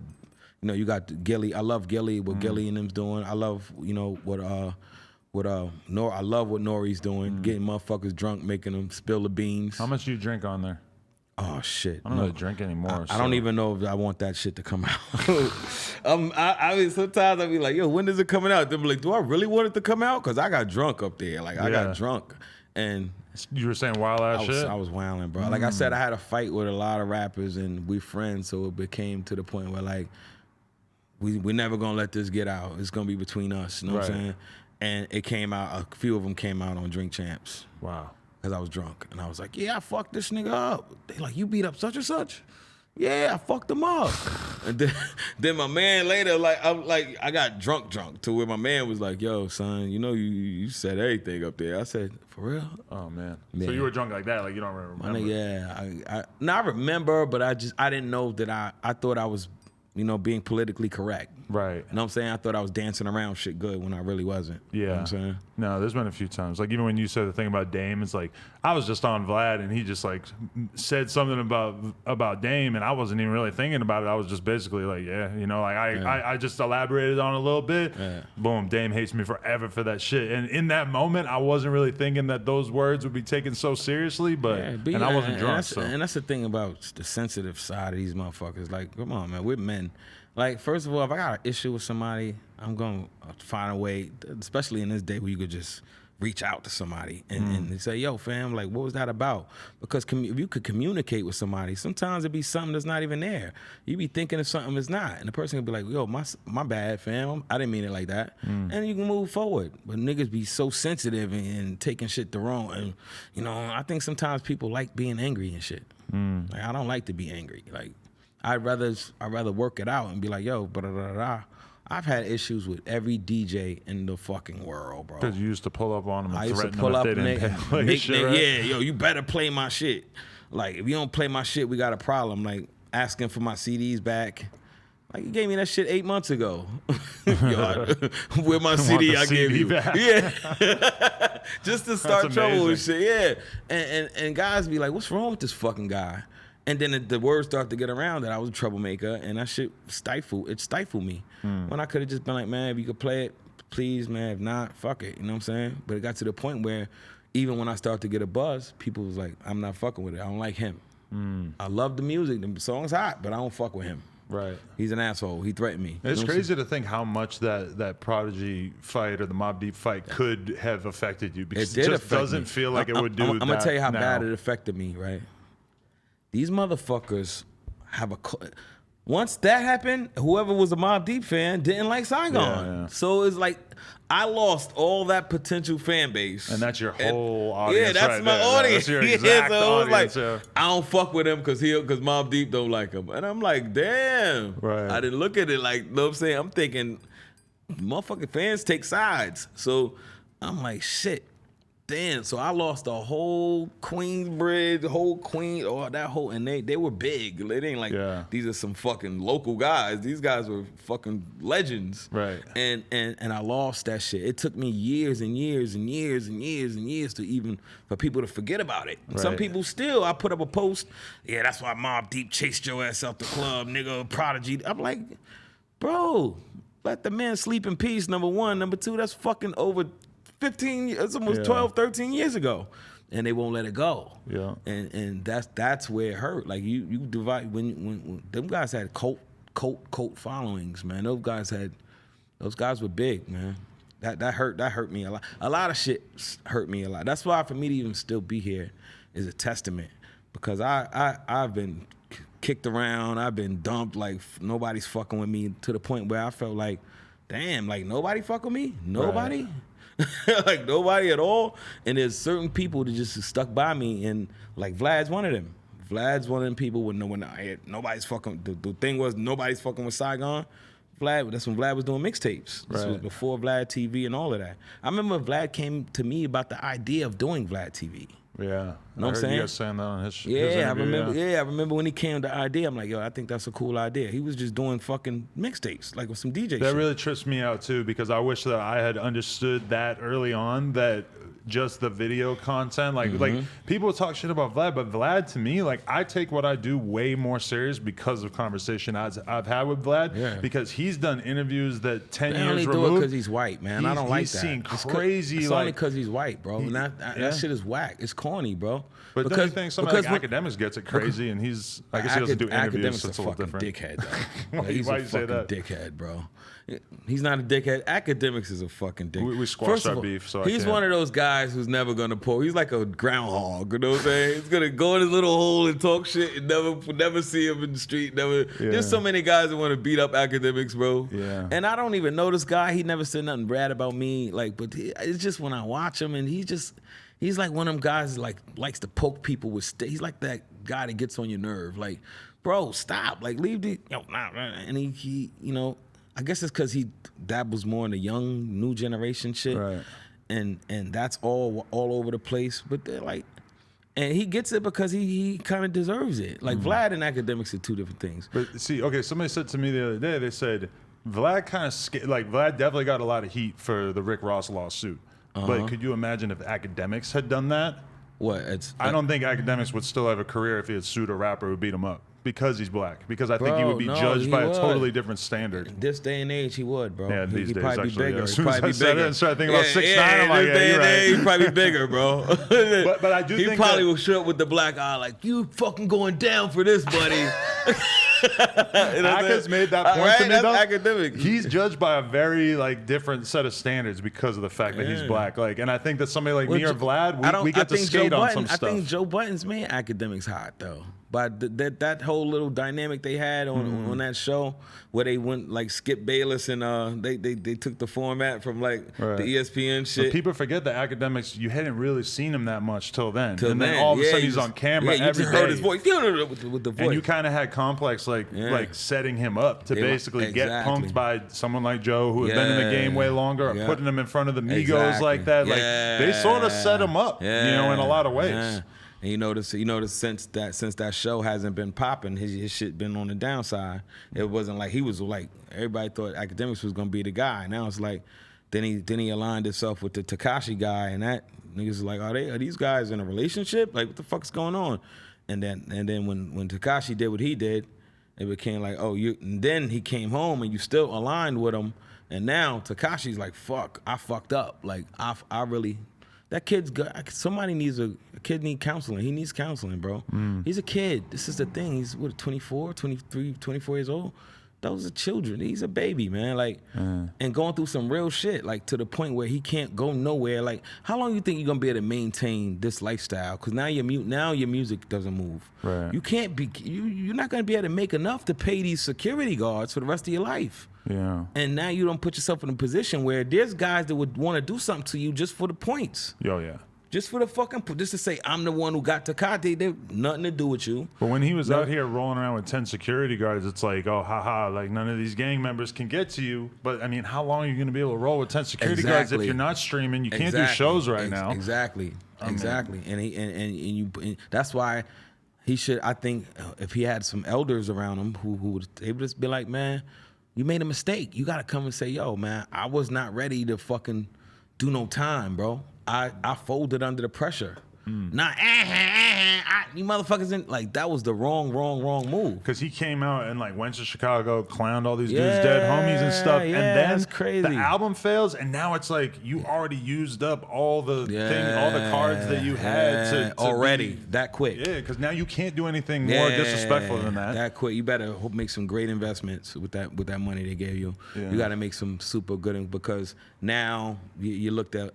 This is the thing about hip hop fans. They'll flip on. Look at what they did to Ja Rule. They'll flip on you overnight. That was some crazy shit. That I've never seen no shit like that in my life. Ja Rule went from being the guy to, oh look, it's Ja Rule, like to being clowned literally over. And I seen girls when girls started doing it, I was like, bitch, you was just loving this. Yeah. I'm real. Yesterday, now it's like I don't like Ja Rule, bitch. You loved him yesterday, right? And that's how hip hop fans are fickle. They'll go to the next guy. Yeah, I mean, if the hottest rapper at that time tells you that you shouldn't fuck with another rapper, I mean. It's very, very hard to get past that. It's very hard to get, man. I don't think, have we seen that happen since then? You know, honestly, the closest thing I can think of right now is Tory Lanez.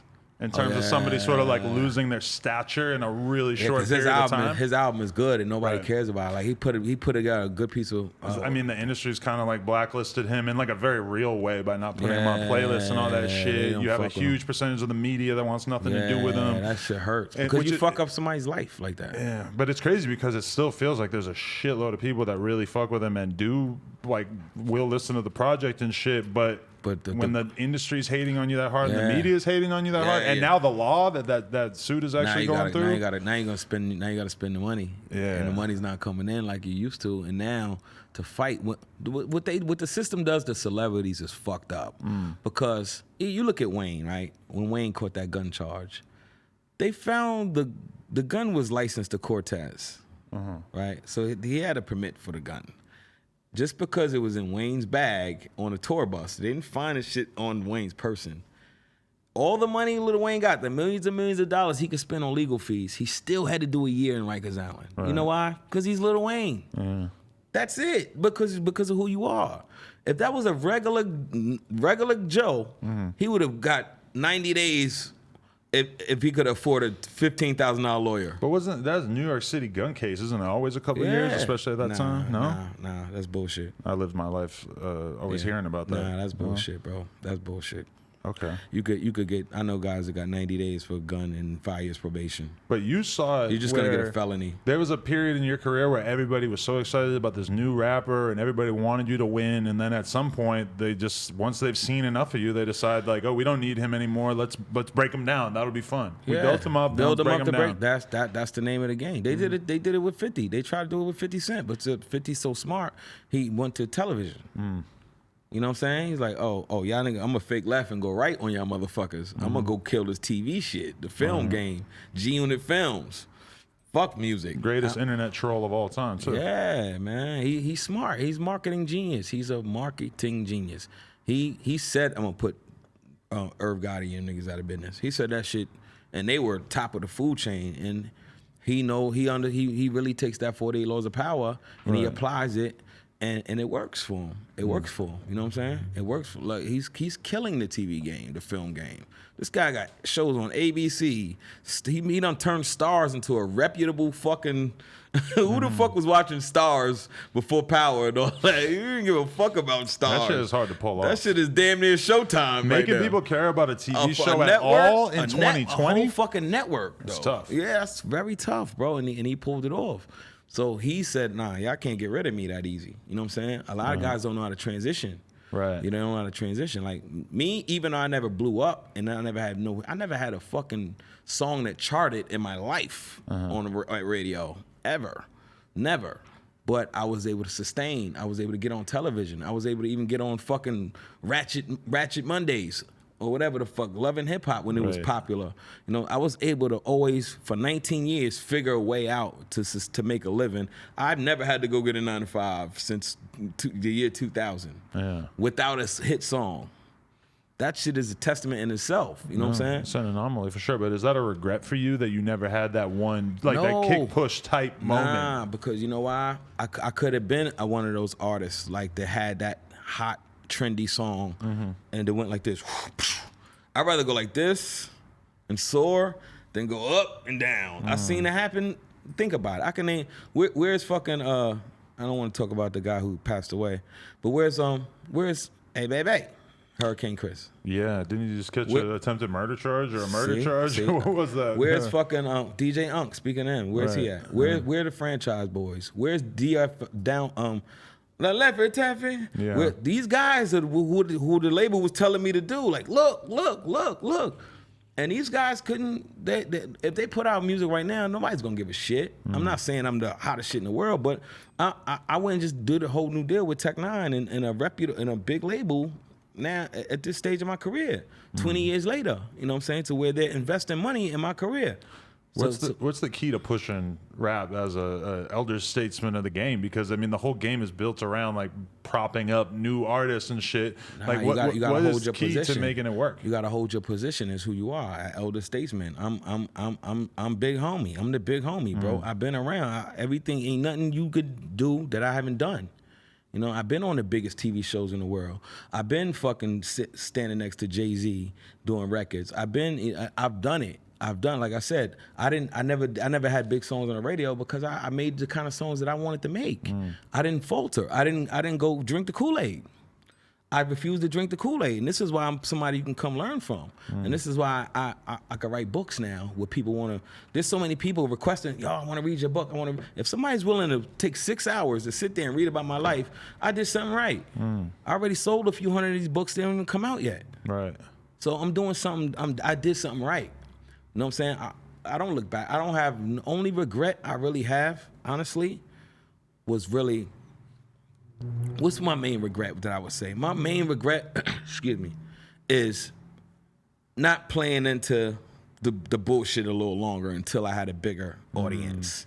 I went left too quick. Right. I went left soon as I got my record deal. I should have said, fuck it, you know, let me give Julie what she wants. Long as it's not something where I'm like compromising who I am, I could have found that happy medium to make her happy and still felt like I wasn't, you know what I mean, playing myself. Right. And played the game a little longer. But I was stubborn. I'm a Cancer. I was like, fuck that. I'm doing what I want. You know what I'm saying? I'm doing what I want. And that's what made it be like, okay, you don't have our support anymore. Right. And when you have the ability to have that kind of support, because not just the money, but the connections, and when you sign to a label, so many more doors open than when you're independent. You know what I'm saying? Yeah, like you're you know, it's weird too because it's like that's a similar fate to a lot of artists from that time period, like Murda and Papoose, like where they didn't even get to like put out those albums that really like represented what they were capable of. But at the same time, I feel like a lot of it has to just do with where the music industry was at that time because it was in that weird time where the internet was creeping in. All of a sudden, CDs weren't selling, but streaming wasn't a thing yet. Buying MP3s wasn't really a thing yet. It was a very weird era. We all got big deal. Pap had the biggest deal of all of us. Right. Pap was on Jive with $1 million record deal, and he got caught up in that time. It was a time frame. As talented as he is, it was like nobody's caring about lyrics right now. Go write me a jingle. Yeah. Go write a jingle. Go. We got this T-Pain guy with this voice box. Go get a fucking voice box, homie. We need that electronic sound. You know, T-Pain, there was a time where T-Pain could do no wrong, you know what I'm saying? Mm-hmm. Now look, now T-Pain can't give his shit away. You ever thought about doing a Slaughterhouse style group? Yes. That'd be but I want to do it with young kids. Yeah, I want to find like you and a crew? Me and a couple young hungry young Saigons where I could teach them the way, the do's and don'ts. I don't want to go grab a bunch of old niggas that didn't make it. It's kind of crazy though, because I see it with Gucci where, and I don't mean that no disrespect, but to like slow down. Gucci is like consistently trying to sign artists, and it feels like the artists always want like more independence and like end up moving in ways that he doesn't agree with. Yeah. And as a fan watching, it kind of strikes me as like, well, if you're Gucci and you can't get these artists to just fall in line, then I don't know. But the like, thing these is, artists all are you just gotta hard do to is shape. all you gotta do is be fair with them, because if they were smart, you notice none of them actually. Only one that really probably popped is Waka out of all of them. Yeah, all them artists early on, Gucci he had a lot signed. of success. Yeah. Waka's rich as fuck. So all of these other artists that he signs that want to be like, fuck it, I don't want to fall in line, they don't go nowhere. Right. Like if you could stand next to Gucci, man, even though he don't put out music as much as he used to, but nigga, that's a way in. Right. Just don't sign. Just be like, treat me fair. Don't put him in a bullshit deal. Know what I mean? But if you're willing, I would never grab some guys up and be like, let me take your publishing and do this and do that. I'd be like, nah, own all your shit. You should own your shit. You know what I'm saying? You don't hear about that as much now because these artists, they're smart. They realize that they have so many more opportunities before they already have signed everything away. That's why it's hard. That's why you got to get a guy who's ripe, who's fucking nobody with 6 followers. You know what I'm saying? And that's why when you talk to the labels, you see them trying to sign artists that have like a couple thousand followers. Like the artists that, when I speak to labels, that they have their eyes on versus the artists that I'm interested in interviewing that maybe have a couple 100,000 followers or whatever, is so different. So like different. They're trying to sign them early on because then they can get them for 10 grand, 20 grand. You know? Because once a guy got 1 million followers, he's like, I'm lit. You know what I'm saying? Like, I got more followers than the guy on your fucking label. Like, and it's all about, the thing about followers is a figment of your imagination too, because people could be following you for the wrong reasons. You know what I'm saying? You thinking, you just look at a number, and like you could look at a guy like fucking, what's his name, Ice JJ Fish, right? Wow. he got mad followers and shit, but people follow him to clown him. You know what I mean? Like the A-Town, like people sometimes they follow you just to laugh at you. It ain't like they want to support you. A supporter and a follower is two different things. There's guys with 1 million followers, they put up a T-shirt, they might sell 3 T-shirts. Right. What good is these 1 million motherfuckers if only 3 people gonna go to your merch and go buy a T-shirt? Yeah, no, 100%. So, well, I was just gonna say that it was weird for me because I didn't actually watch Entourage until 2014. Oh shit! So I was very like far removed from like the period of which I was listening to you when you were coming out, and then seeing all those years later. Like when you look back at that, like how do you remember that experience? That shit was amazing, man. That was. You talking about feeling like a rock star. That's why I said, like, I've never had a hit song on the radio, but that was so much bigger than a hit song. You know what I'm saying? Being on the #1 show on HBO for a couple of years, that shit was, it was like, you talking about opportunities and doors opening up, and you, like, I used to be in Hollywood at a party, fucking Sigourney Weaver's drunk in the corner, Tara Reid, like shit where rappers can't get in. Like, they got this shit where rappers cannot fucking, you be like, oh, I got a platinum singer. They be like, get the fuck out of here. Who the fuck are you? Like, they don't, like, parties around here in Hollywood and shit, they only let A-listers in. And because I came with Mark and Wahlberg and these guys, and we got the hottest show, I was able to rub elbows with these guys and party with them and drink and hang out with them. And so this shit is like unreal. It was unreal because I went from the underground to where my shows got 3 girls in it, and them bitches is breakdancing. The 3 girls in there got sweatpants on, and they spinning on their head. Everybody else got army jackets and shit. And I'm like, damn. I need my shit to look like a Drake show. Ain't no high heels in this motherfucker. I was just watching the Come Again video, and there's a white girl in a Yankees fitted, and there's a dude pointing a gun like over her shoulder at the camera. Head, right? Yeah, those are the kind of business. That's a Saigon fan right there. Yeah, those are the kind of girls I had at my shows, and I went from that to fucking the biggest show on HBO, literally overnight, in a matter of months. And it was like this shit. It felt surreal. It felt so surreal.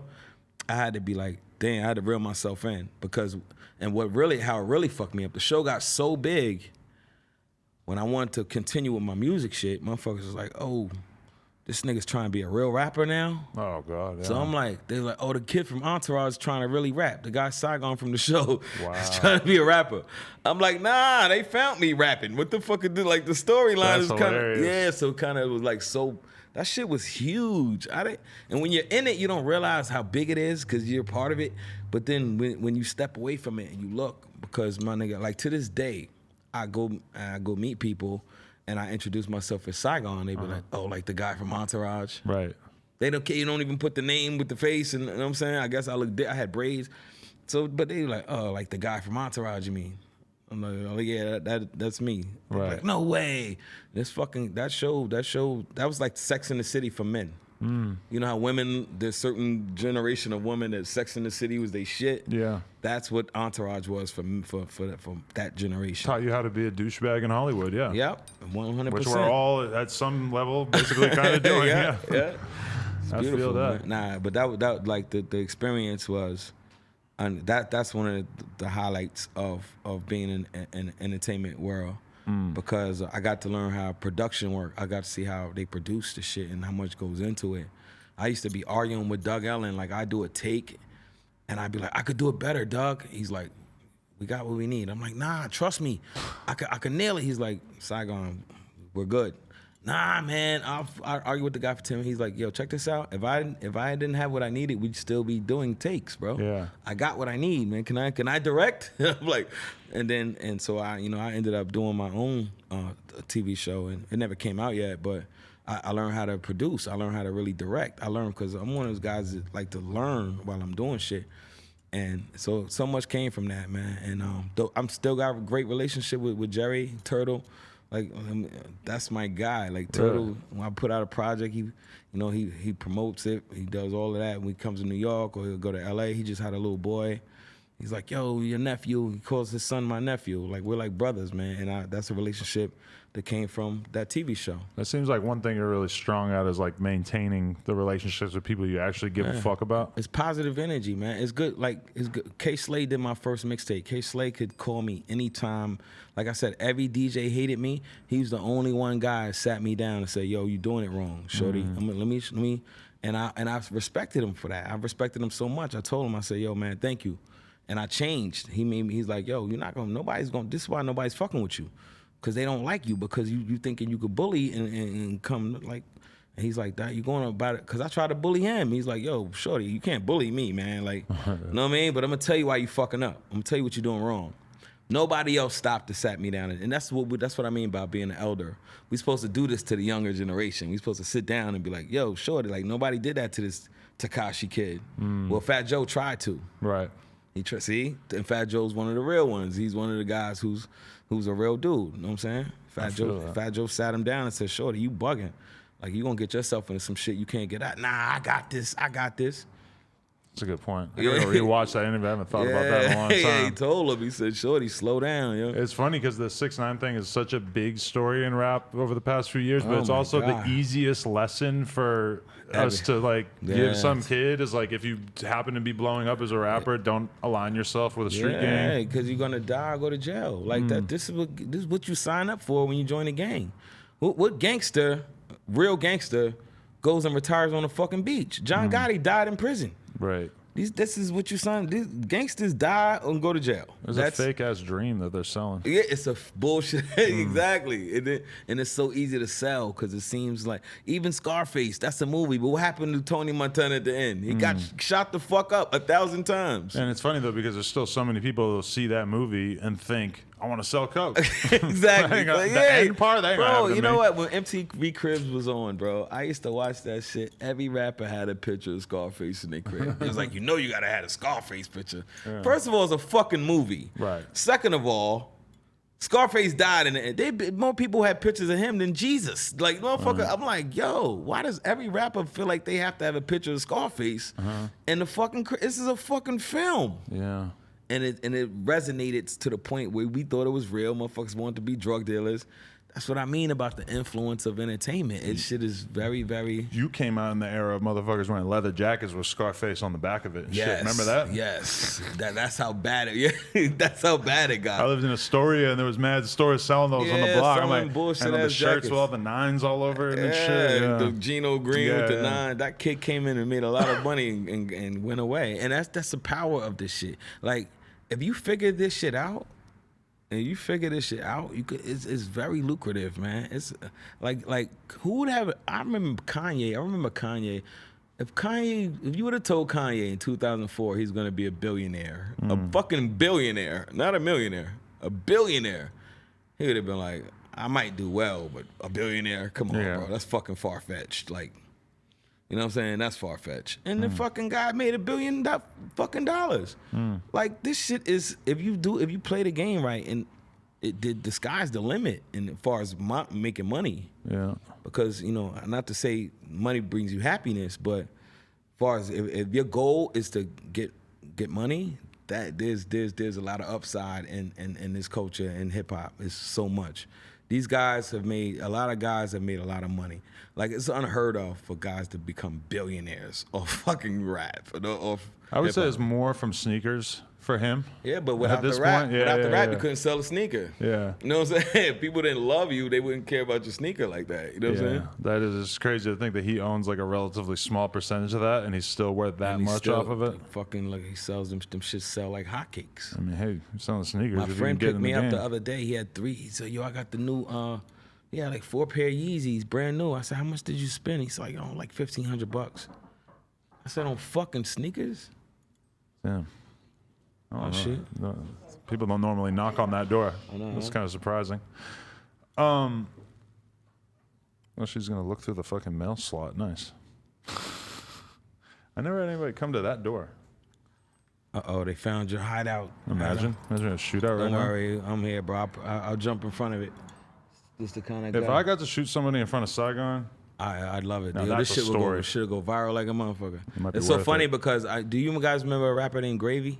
Oh yeah, shot himself in the ass. Yeah. No, he didn't shoot himself. Somebody else shot him. Oh wait, no, okay, he didn't. But that was the rumor for a while, was that he shot himself in the ass on purpose to get some clout going, right? That's what they were saying. But I was there when it happened. He didn't. Oh really? Yeah, because we was freestyling on Flex that night. Right. And his whole shit was, I'm still, after he got shot, he was like, this is my shot. Right. No pun intended. Like, I gotta go do this freestyle with the blood leaking out his ass. I'm like, bro, go to the hospital, man. But he got shot in Manhattan? Yeah. Over what? Shot like shot on the street or by a guy? He got shot right in front of Hot 97. Right. But then they banned him for that, right? Yeah, for getting shot. Yeah. Because he still went upstairs and did the freestyle. Right. So I'm standing there like with a bullet in his ass. With How a bullet in his ass. You ever heard anything like this, people? Check this out though. This is what made me. This is why this might have been my worst freestyle ever. Because the setup looks similar to this. Like, everybody got their mic. So I know he's shot. I see the little hole in his ass, in his jeans, and the powder burn and all that shit. And he's rapping, and he's like this. So I'm just waiting for him to collapse. It was just like, because I kept telling him, yo, go to the hospital, homie. Because you know if you hit a vein, I know it's an ass shot. Hot 97 is going to let you come back, realistically. Yeah, that's what I said. Yeah, you could explain that. They don't have that much going on. Bro, you could explain that. Yo, I know last time, you know. I got shot. That's a great excuse. Bro, he went up there and Flex is like, oh my God, what the fuck is going on, man? Sorry Flex is like, yo, bro, man. Flex wanted him to leave. Right. But fuck, he was like, yo, do your rap and go to the hospital. And the nigga, now they're dropping off food. Everybody want to go to this door. God damn it, we're going to put a sign that says "Do not knock." Fact. Be a great idea. So so that's why I'm like, that's when I was like, yo, I want to shine too, but if I get shot in the ass, I'm going to the hospital. I'm gonna make sure I'm okay first. Like that, my life is more important than this shit. You know what I'm saying? You know a crazy thing? When I left New York and moved to LA, I basically, like, when I was at the airport, Gravy's just sitting there across from me. And I'd never, like, really, even in all my years living in New York, like, riding bikes and stuff, I'd never really seen that many rappers and stuff. And I remember Gravy was just sitting there, and I remember he had, like, a really gay, like, stylist with him. Yeah. It just kind of blew my mind. I didn't know. A lot of these guys, that's a lot of their stories, man. Like if you need a stylist, period, like you might want to. It might not have been a stylist. It might have been a manager or a PR. I don't know, something. But either way, this guy was flaming. Jamal was one of the cooler guys and the rappers that I met. And, you know, a lot of these guys start to believe that character. And I go, you're not that character, man. Just like snap out of it. Some of these guys, you know, you'd be a social setting, you'd be at a restaurant, and they still be like this, word to mother, son, word. Like, fam, you could smile, bro. Yeah. You could smile. It's not a video shoot. There's nobody around judging you. You could be even the toughest guys. I've been in maximum security prisons. I've been with guys who got 3 fucking bodies, and they're happy and they smile. They're not. Oh, that shit that's theatrical. Right. And these guys sometimes don't know how to turn it off, especially when there's an audience. You know that's crazy. I feel like I've met so many of those guys, but I also have like seen them turn it off relatively quickly. So the idea of them just not being able to turn it off sounds crazy. I guess that's who they get around, because when they got an audience, like, yo, fam, it's okay to be a regular person who smiles and happy, and you know, you don't always have to be in character. Right. And they start to believe that they're this person, and there's a lot of them. And that's why I get around these guys and I just be like, whoa, because when you be around that element for real, like being in a fucking penitentiary for 7 years, you start to see the most dangerous motherfuckers are quiet as shit. You wouldn't even, they walk around with little glasses on, briefcase, trying to go in the law library, trying to find a way to beat this 3 triple life sentences they got. They're not running around like this. Those are the guys who are scared. Yeah. Because they try to scare people off with the face. They call face fighting. Those are the guys who really don't want no problems. Those are the scared guys. That's real. I feel like I see like such a different version of people, because people are always like, if I meet like that angry face, like everybody's trying to be a rapper now. Everybody's trying to be something. So I feel like I get to see the presentable version that they want to show, which is like, yeah, maybe I'm gangster, but also like, look how talented I am, or look at this thing I have going for me. Because they like, you got a platform, and I don't want to scare you away. Yeah, I don't want to do. Yeah, I don't want to. Probably shapes my worldview a bit. Nah, it's a lot of shit, man. What else? What do we need to know about Saigon in terms of 2020 and beyond? 2020 and beyond, man. I like Travis O'Gwen and Tech Nine, man, they put me in a good situation, because even though I wasn't putting out music, I never stopped recording. So I was sitting on like fucking volumes and volumes of music. And I was like, damn, man, like as I was co-parenting, raising my 3 children, my creative juices was always flowing. So I'm like, damn, man, what am I gonna do? Am I just gonna let this shit sit here? And it just by chance, you know, I reached out to Trav, and I'm like, yo, man, we should do something. And, you know, he flew me out to Kansas City, played the music for him. He was like, yo, you got a lot of shit. He said, just promise me you're going to be consistent, man. We don't start and stop over here, bro. You know what I mean? If we're going to go, we're going to go. And because I said something, and I thought I was being cool. I'm like, you know, I'm getting older. I don't feel like doing this shit for much longer. He said, well, if that's the case, then this ain't the place for you. I'm like, huh? What you mean by that? He said, bro, Tech Nine is he's the elder in this game. And when you get around this guy and you see the passion that he has for this game, it's almost like the fucking first day he started. And when I got around him and seen it, it just sparked something in me. I was like, damn, bro, you like this shit like you was brand new. He loves this shit like he's just starting to do it. Right. Tech. He loves it. And that's why he's successful. He's like, when you have your skill set, you say, you got the skill set that I know you have, everybody knows you have. Your music has never been a problem. If you got this skill set and you're consistent, that's a recipe to win. There's no way you're not gonna win. You just gotta keep. It's like chopping down a tree. Right. You gotta keep. It might not fall the first 100, 300 swings, but if you keep hitting that motherfucker, eventually you're gonna yell timber. So you put a lot of time in on tour with Tech Nine already, though? No, I went on tour with them with Chris Calico with Strange Music. Tech wasn't on the tour, but it was the rest of the artists. Like 5 years ago. Oh, okay. So that's how the rapport started. Right. But so when I'm just sitting on all this music and I'm doing all these albums, and I'm like, damn, am I just gonna just sit on this shit forever? You know.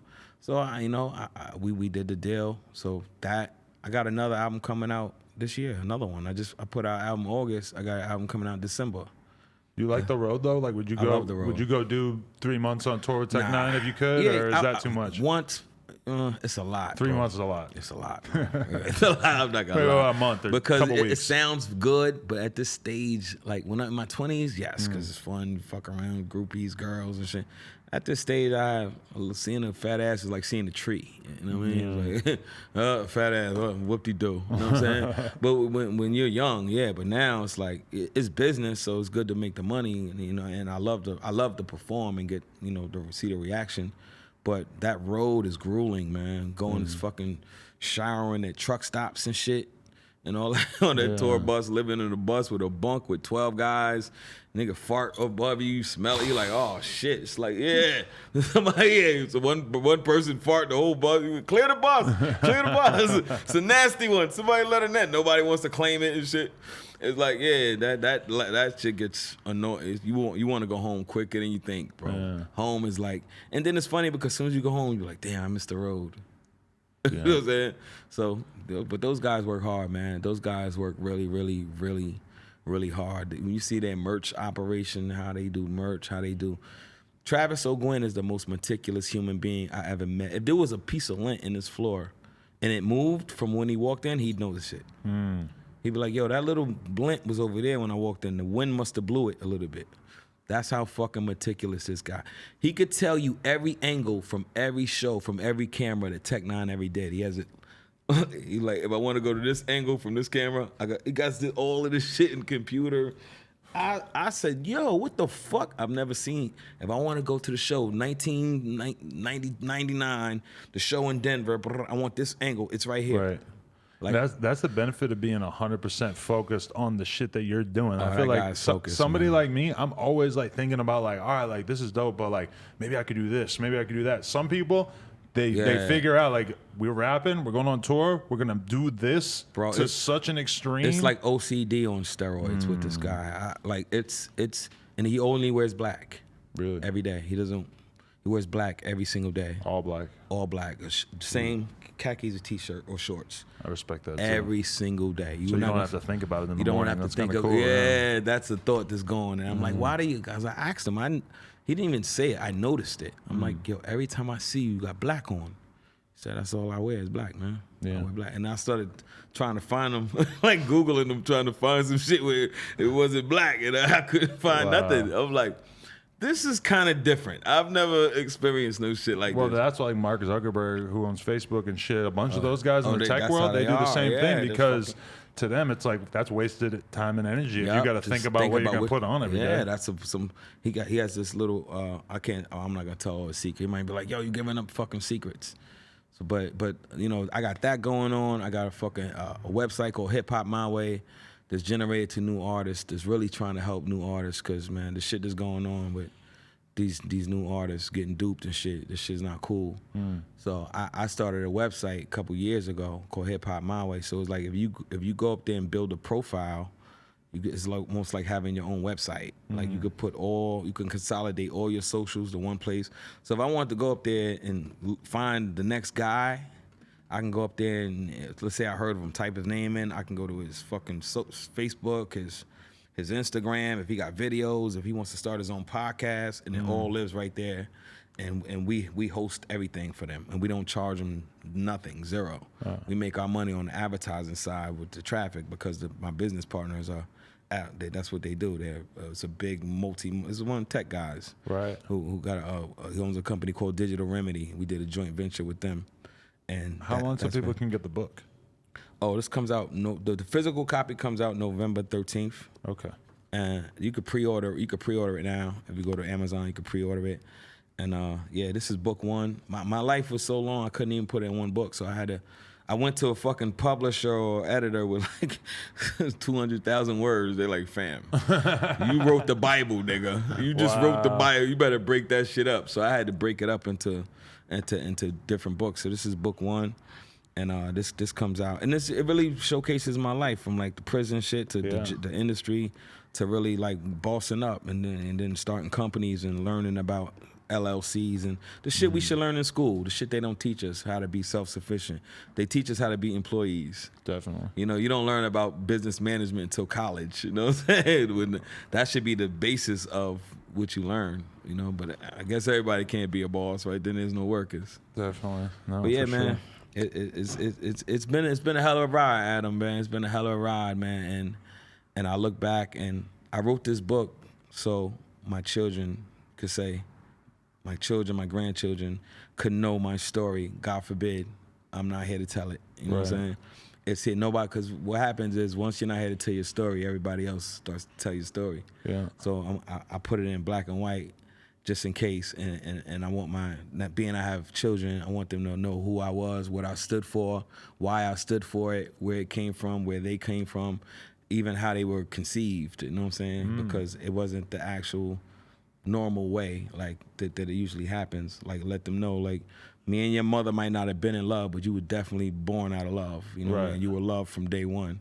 Cause you never know. You know, I even got life insurance. You know what I'm saying? Like, that's some shit I would have never thought of. Like, what happens to my kids if something happens to me? You know what I'm saying? A lot of the guys running around flashing money, doing all this shit, they don't got life insurance. Yeah. The kids is out there exposed. Somebody claps them. Somebody nothing clap good. you. Yeah, nothing comes from it. Nothing comes from it, bro. Yeah. Your shit ain't even in your name. You don't even own your masters. So somebody's gonna own all the rights to go to your. We gotta learn how to set ourselves up because we need elders, man. We need the older generation gotta step up. Stop trying to fucking be young and pick your fucking pants up. You know what I'm saying? And start. Don't be afraid to grow old, and not even grow old, but to mature. To mature. And a lot of us don't want to mature. We want to be kids. Like, motherfuckers, if the clubs was open now, I could name 10 rappers that'd be in a club 3-4 days a week. Oh yeah. Facts. At least. Yeah, 3-4 days a week. And like, wasn't we here in our 20s and shit? Like, this shit is for the kids. Let them enjoy this. Like, they're 19, they're in college, they want to hang out and have fun. We shouldn't be partying with 21 and 22-year-olds. I worry about how over the club I am. Because I feel like I'm never going to go to the club again. I will never go to the fucking club again. I was over it before the pandemic. And then when I see guys like, yo, look, we're doing the same fucking thing. Yeah. I'm like, you're fucking... Nas made a song called Second Childhood one time. I think these guys are in their third and fourth childhood. Right. It's like they don't want to give it up. Like, grow the fuck... Some of them got kids this old. They be partying with their children in the same club. Like, this don't sit right with me. That's so weird to me that that's just a thing for them to do. Like, it's just some normal shit. It's backwards, man. Yeah, but you know, somebody gotta take the bull by the horns and say, you know what, fuck it. I'm gonna be the example for you motherfuckers who don't want to grow up. And you know, but you know, it's a lot of opportunity out there in this world, and especially now that we all had time to sit and think. This thing, look, this doesn't happen if this pandemic didn't happen. You're making me feel bad. I didn't write a book. You know what made me write this? I couldn't get my daughter to read a book. I said, yo, check this out. I'm gonna write a book. And I was my goal really was to write like a couple paragraphs and shit and put a little folder and be like, look, I wrote a book and you acting like you don't want to read. You know, it's hard to get kids to read, you know what I mean? And now I could go, look, see, I did my part. Not only I wrote a book, I wrote a real fucking thick book.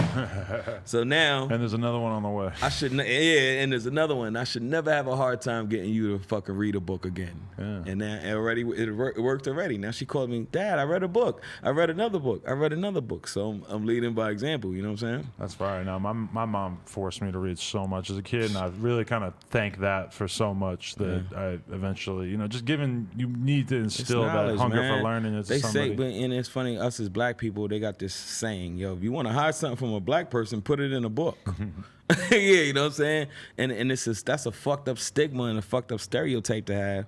And a lot of it is true. Like, I was one of them guys, I would buy something and it comes with a little instruction booklet I'm sitting there finger fucking the thing for hours when all I had to do was just read what the fuck to do. And I would have been, instead of me reading them 4 pages, I'm sitting here like, nah, I'm gonna figure this dumb shit out and wasted man time when I could have just read the instructions and put the shit together. I've definitely been there. And I've watched my friends put together IKEA furniture without using the fucking manual. And it's just like, how could you possibly live like this? That's why that shit falls apart, man. Hell yeah. The IKEA shit cheap as shit. So do it, yeah. Facts. Yeah, man. Yeah, I appreciate you coming through, man. For real. Thank you, man. Thank you so much, to man. Get it's to an honor pick your to brain be here, and everything, and man. keep rising, man. Keep growing, man. Keep growing. Working on it. Yeah. A lot of people paying attention, and when you got their attention, you just gotta go harder. You gotta hit them over the head with good content like this, right? Facts. And yo, Pain, Peace, and Prosperity. Go get the book. Go get yours. Pre-order it. Book 1. It got pictures in it. You know, so I didn't go the cheap route. I didn't spare no expenses, and I self-published it. So support the real. You know what I mean? Much Saigon. love to everybody. No Jumper, coolest podcast in the world. Check us out on Facts YouTube, SoundCloud, iTunes. Like, comment, subscribe. No Jumper if you want to support. Y'all father, baby. Hit up Y'all Saigon. father. I'm gonna read this shit for real. Yeah. I'm gonna take notes so we have something to talk about next time too. Facts. Appreciate you, man. Facts. Pow. Love.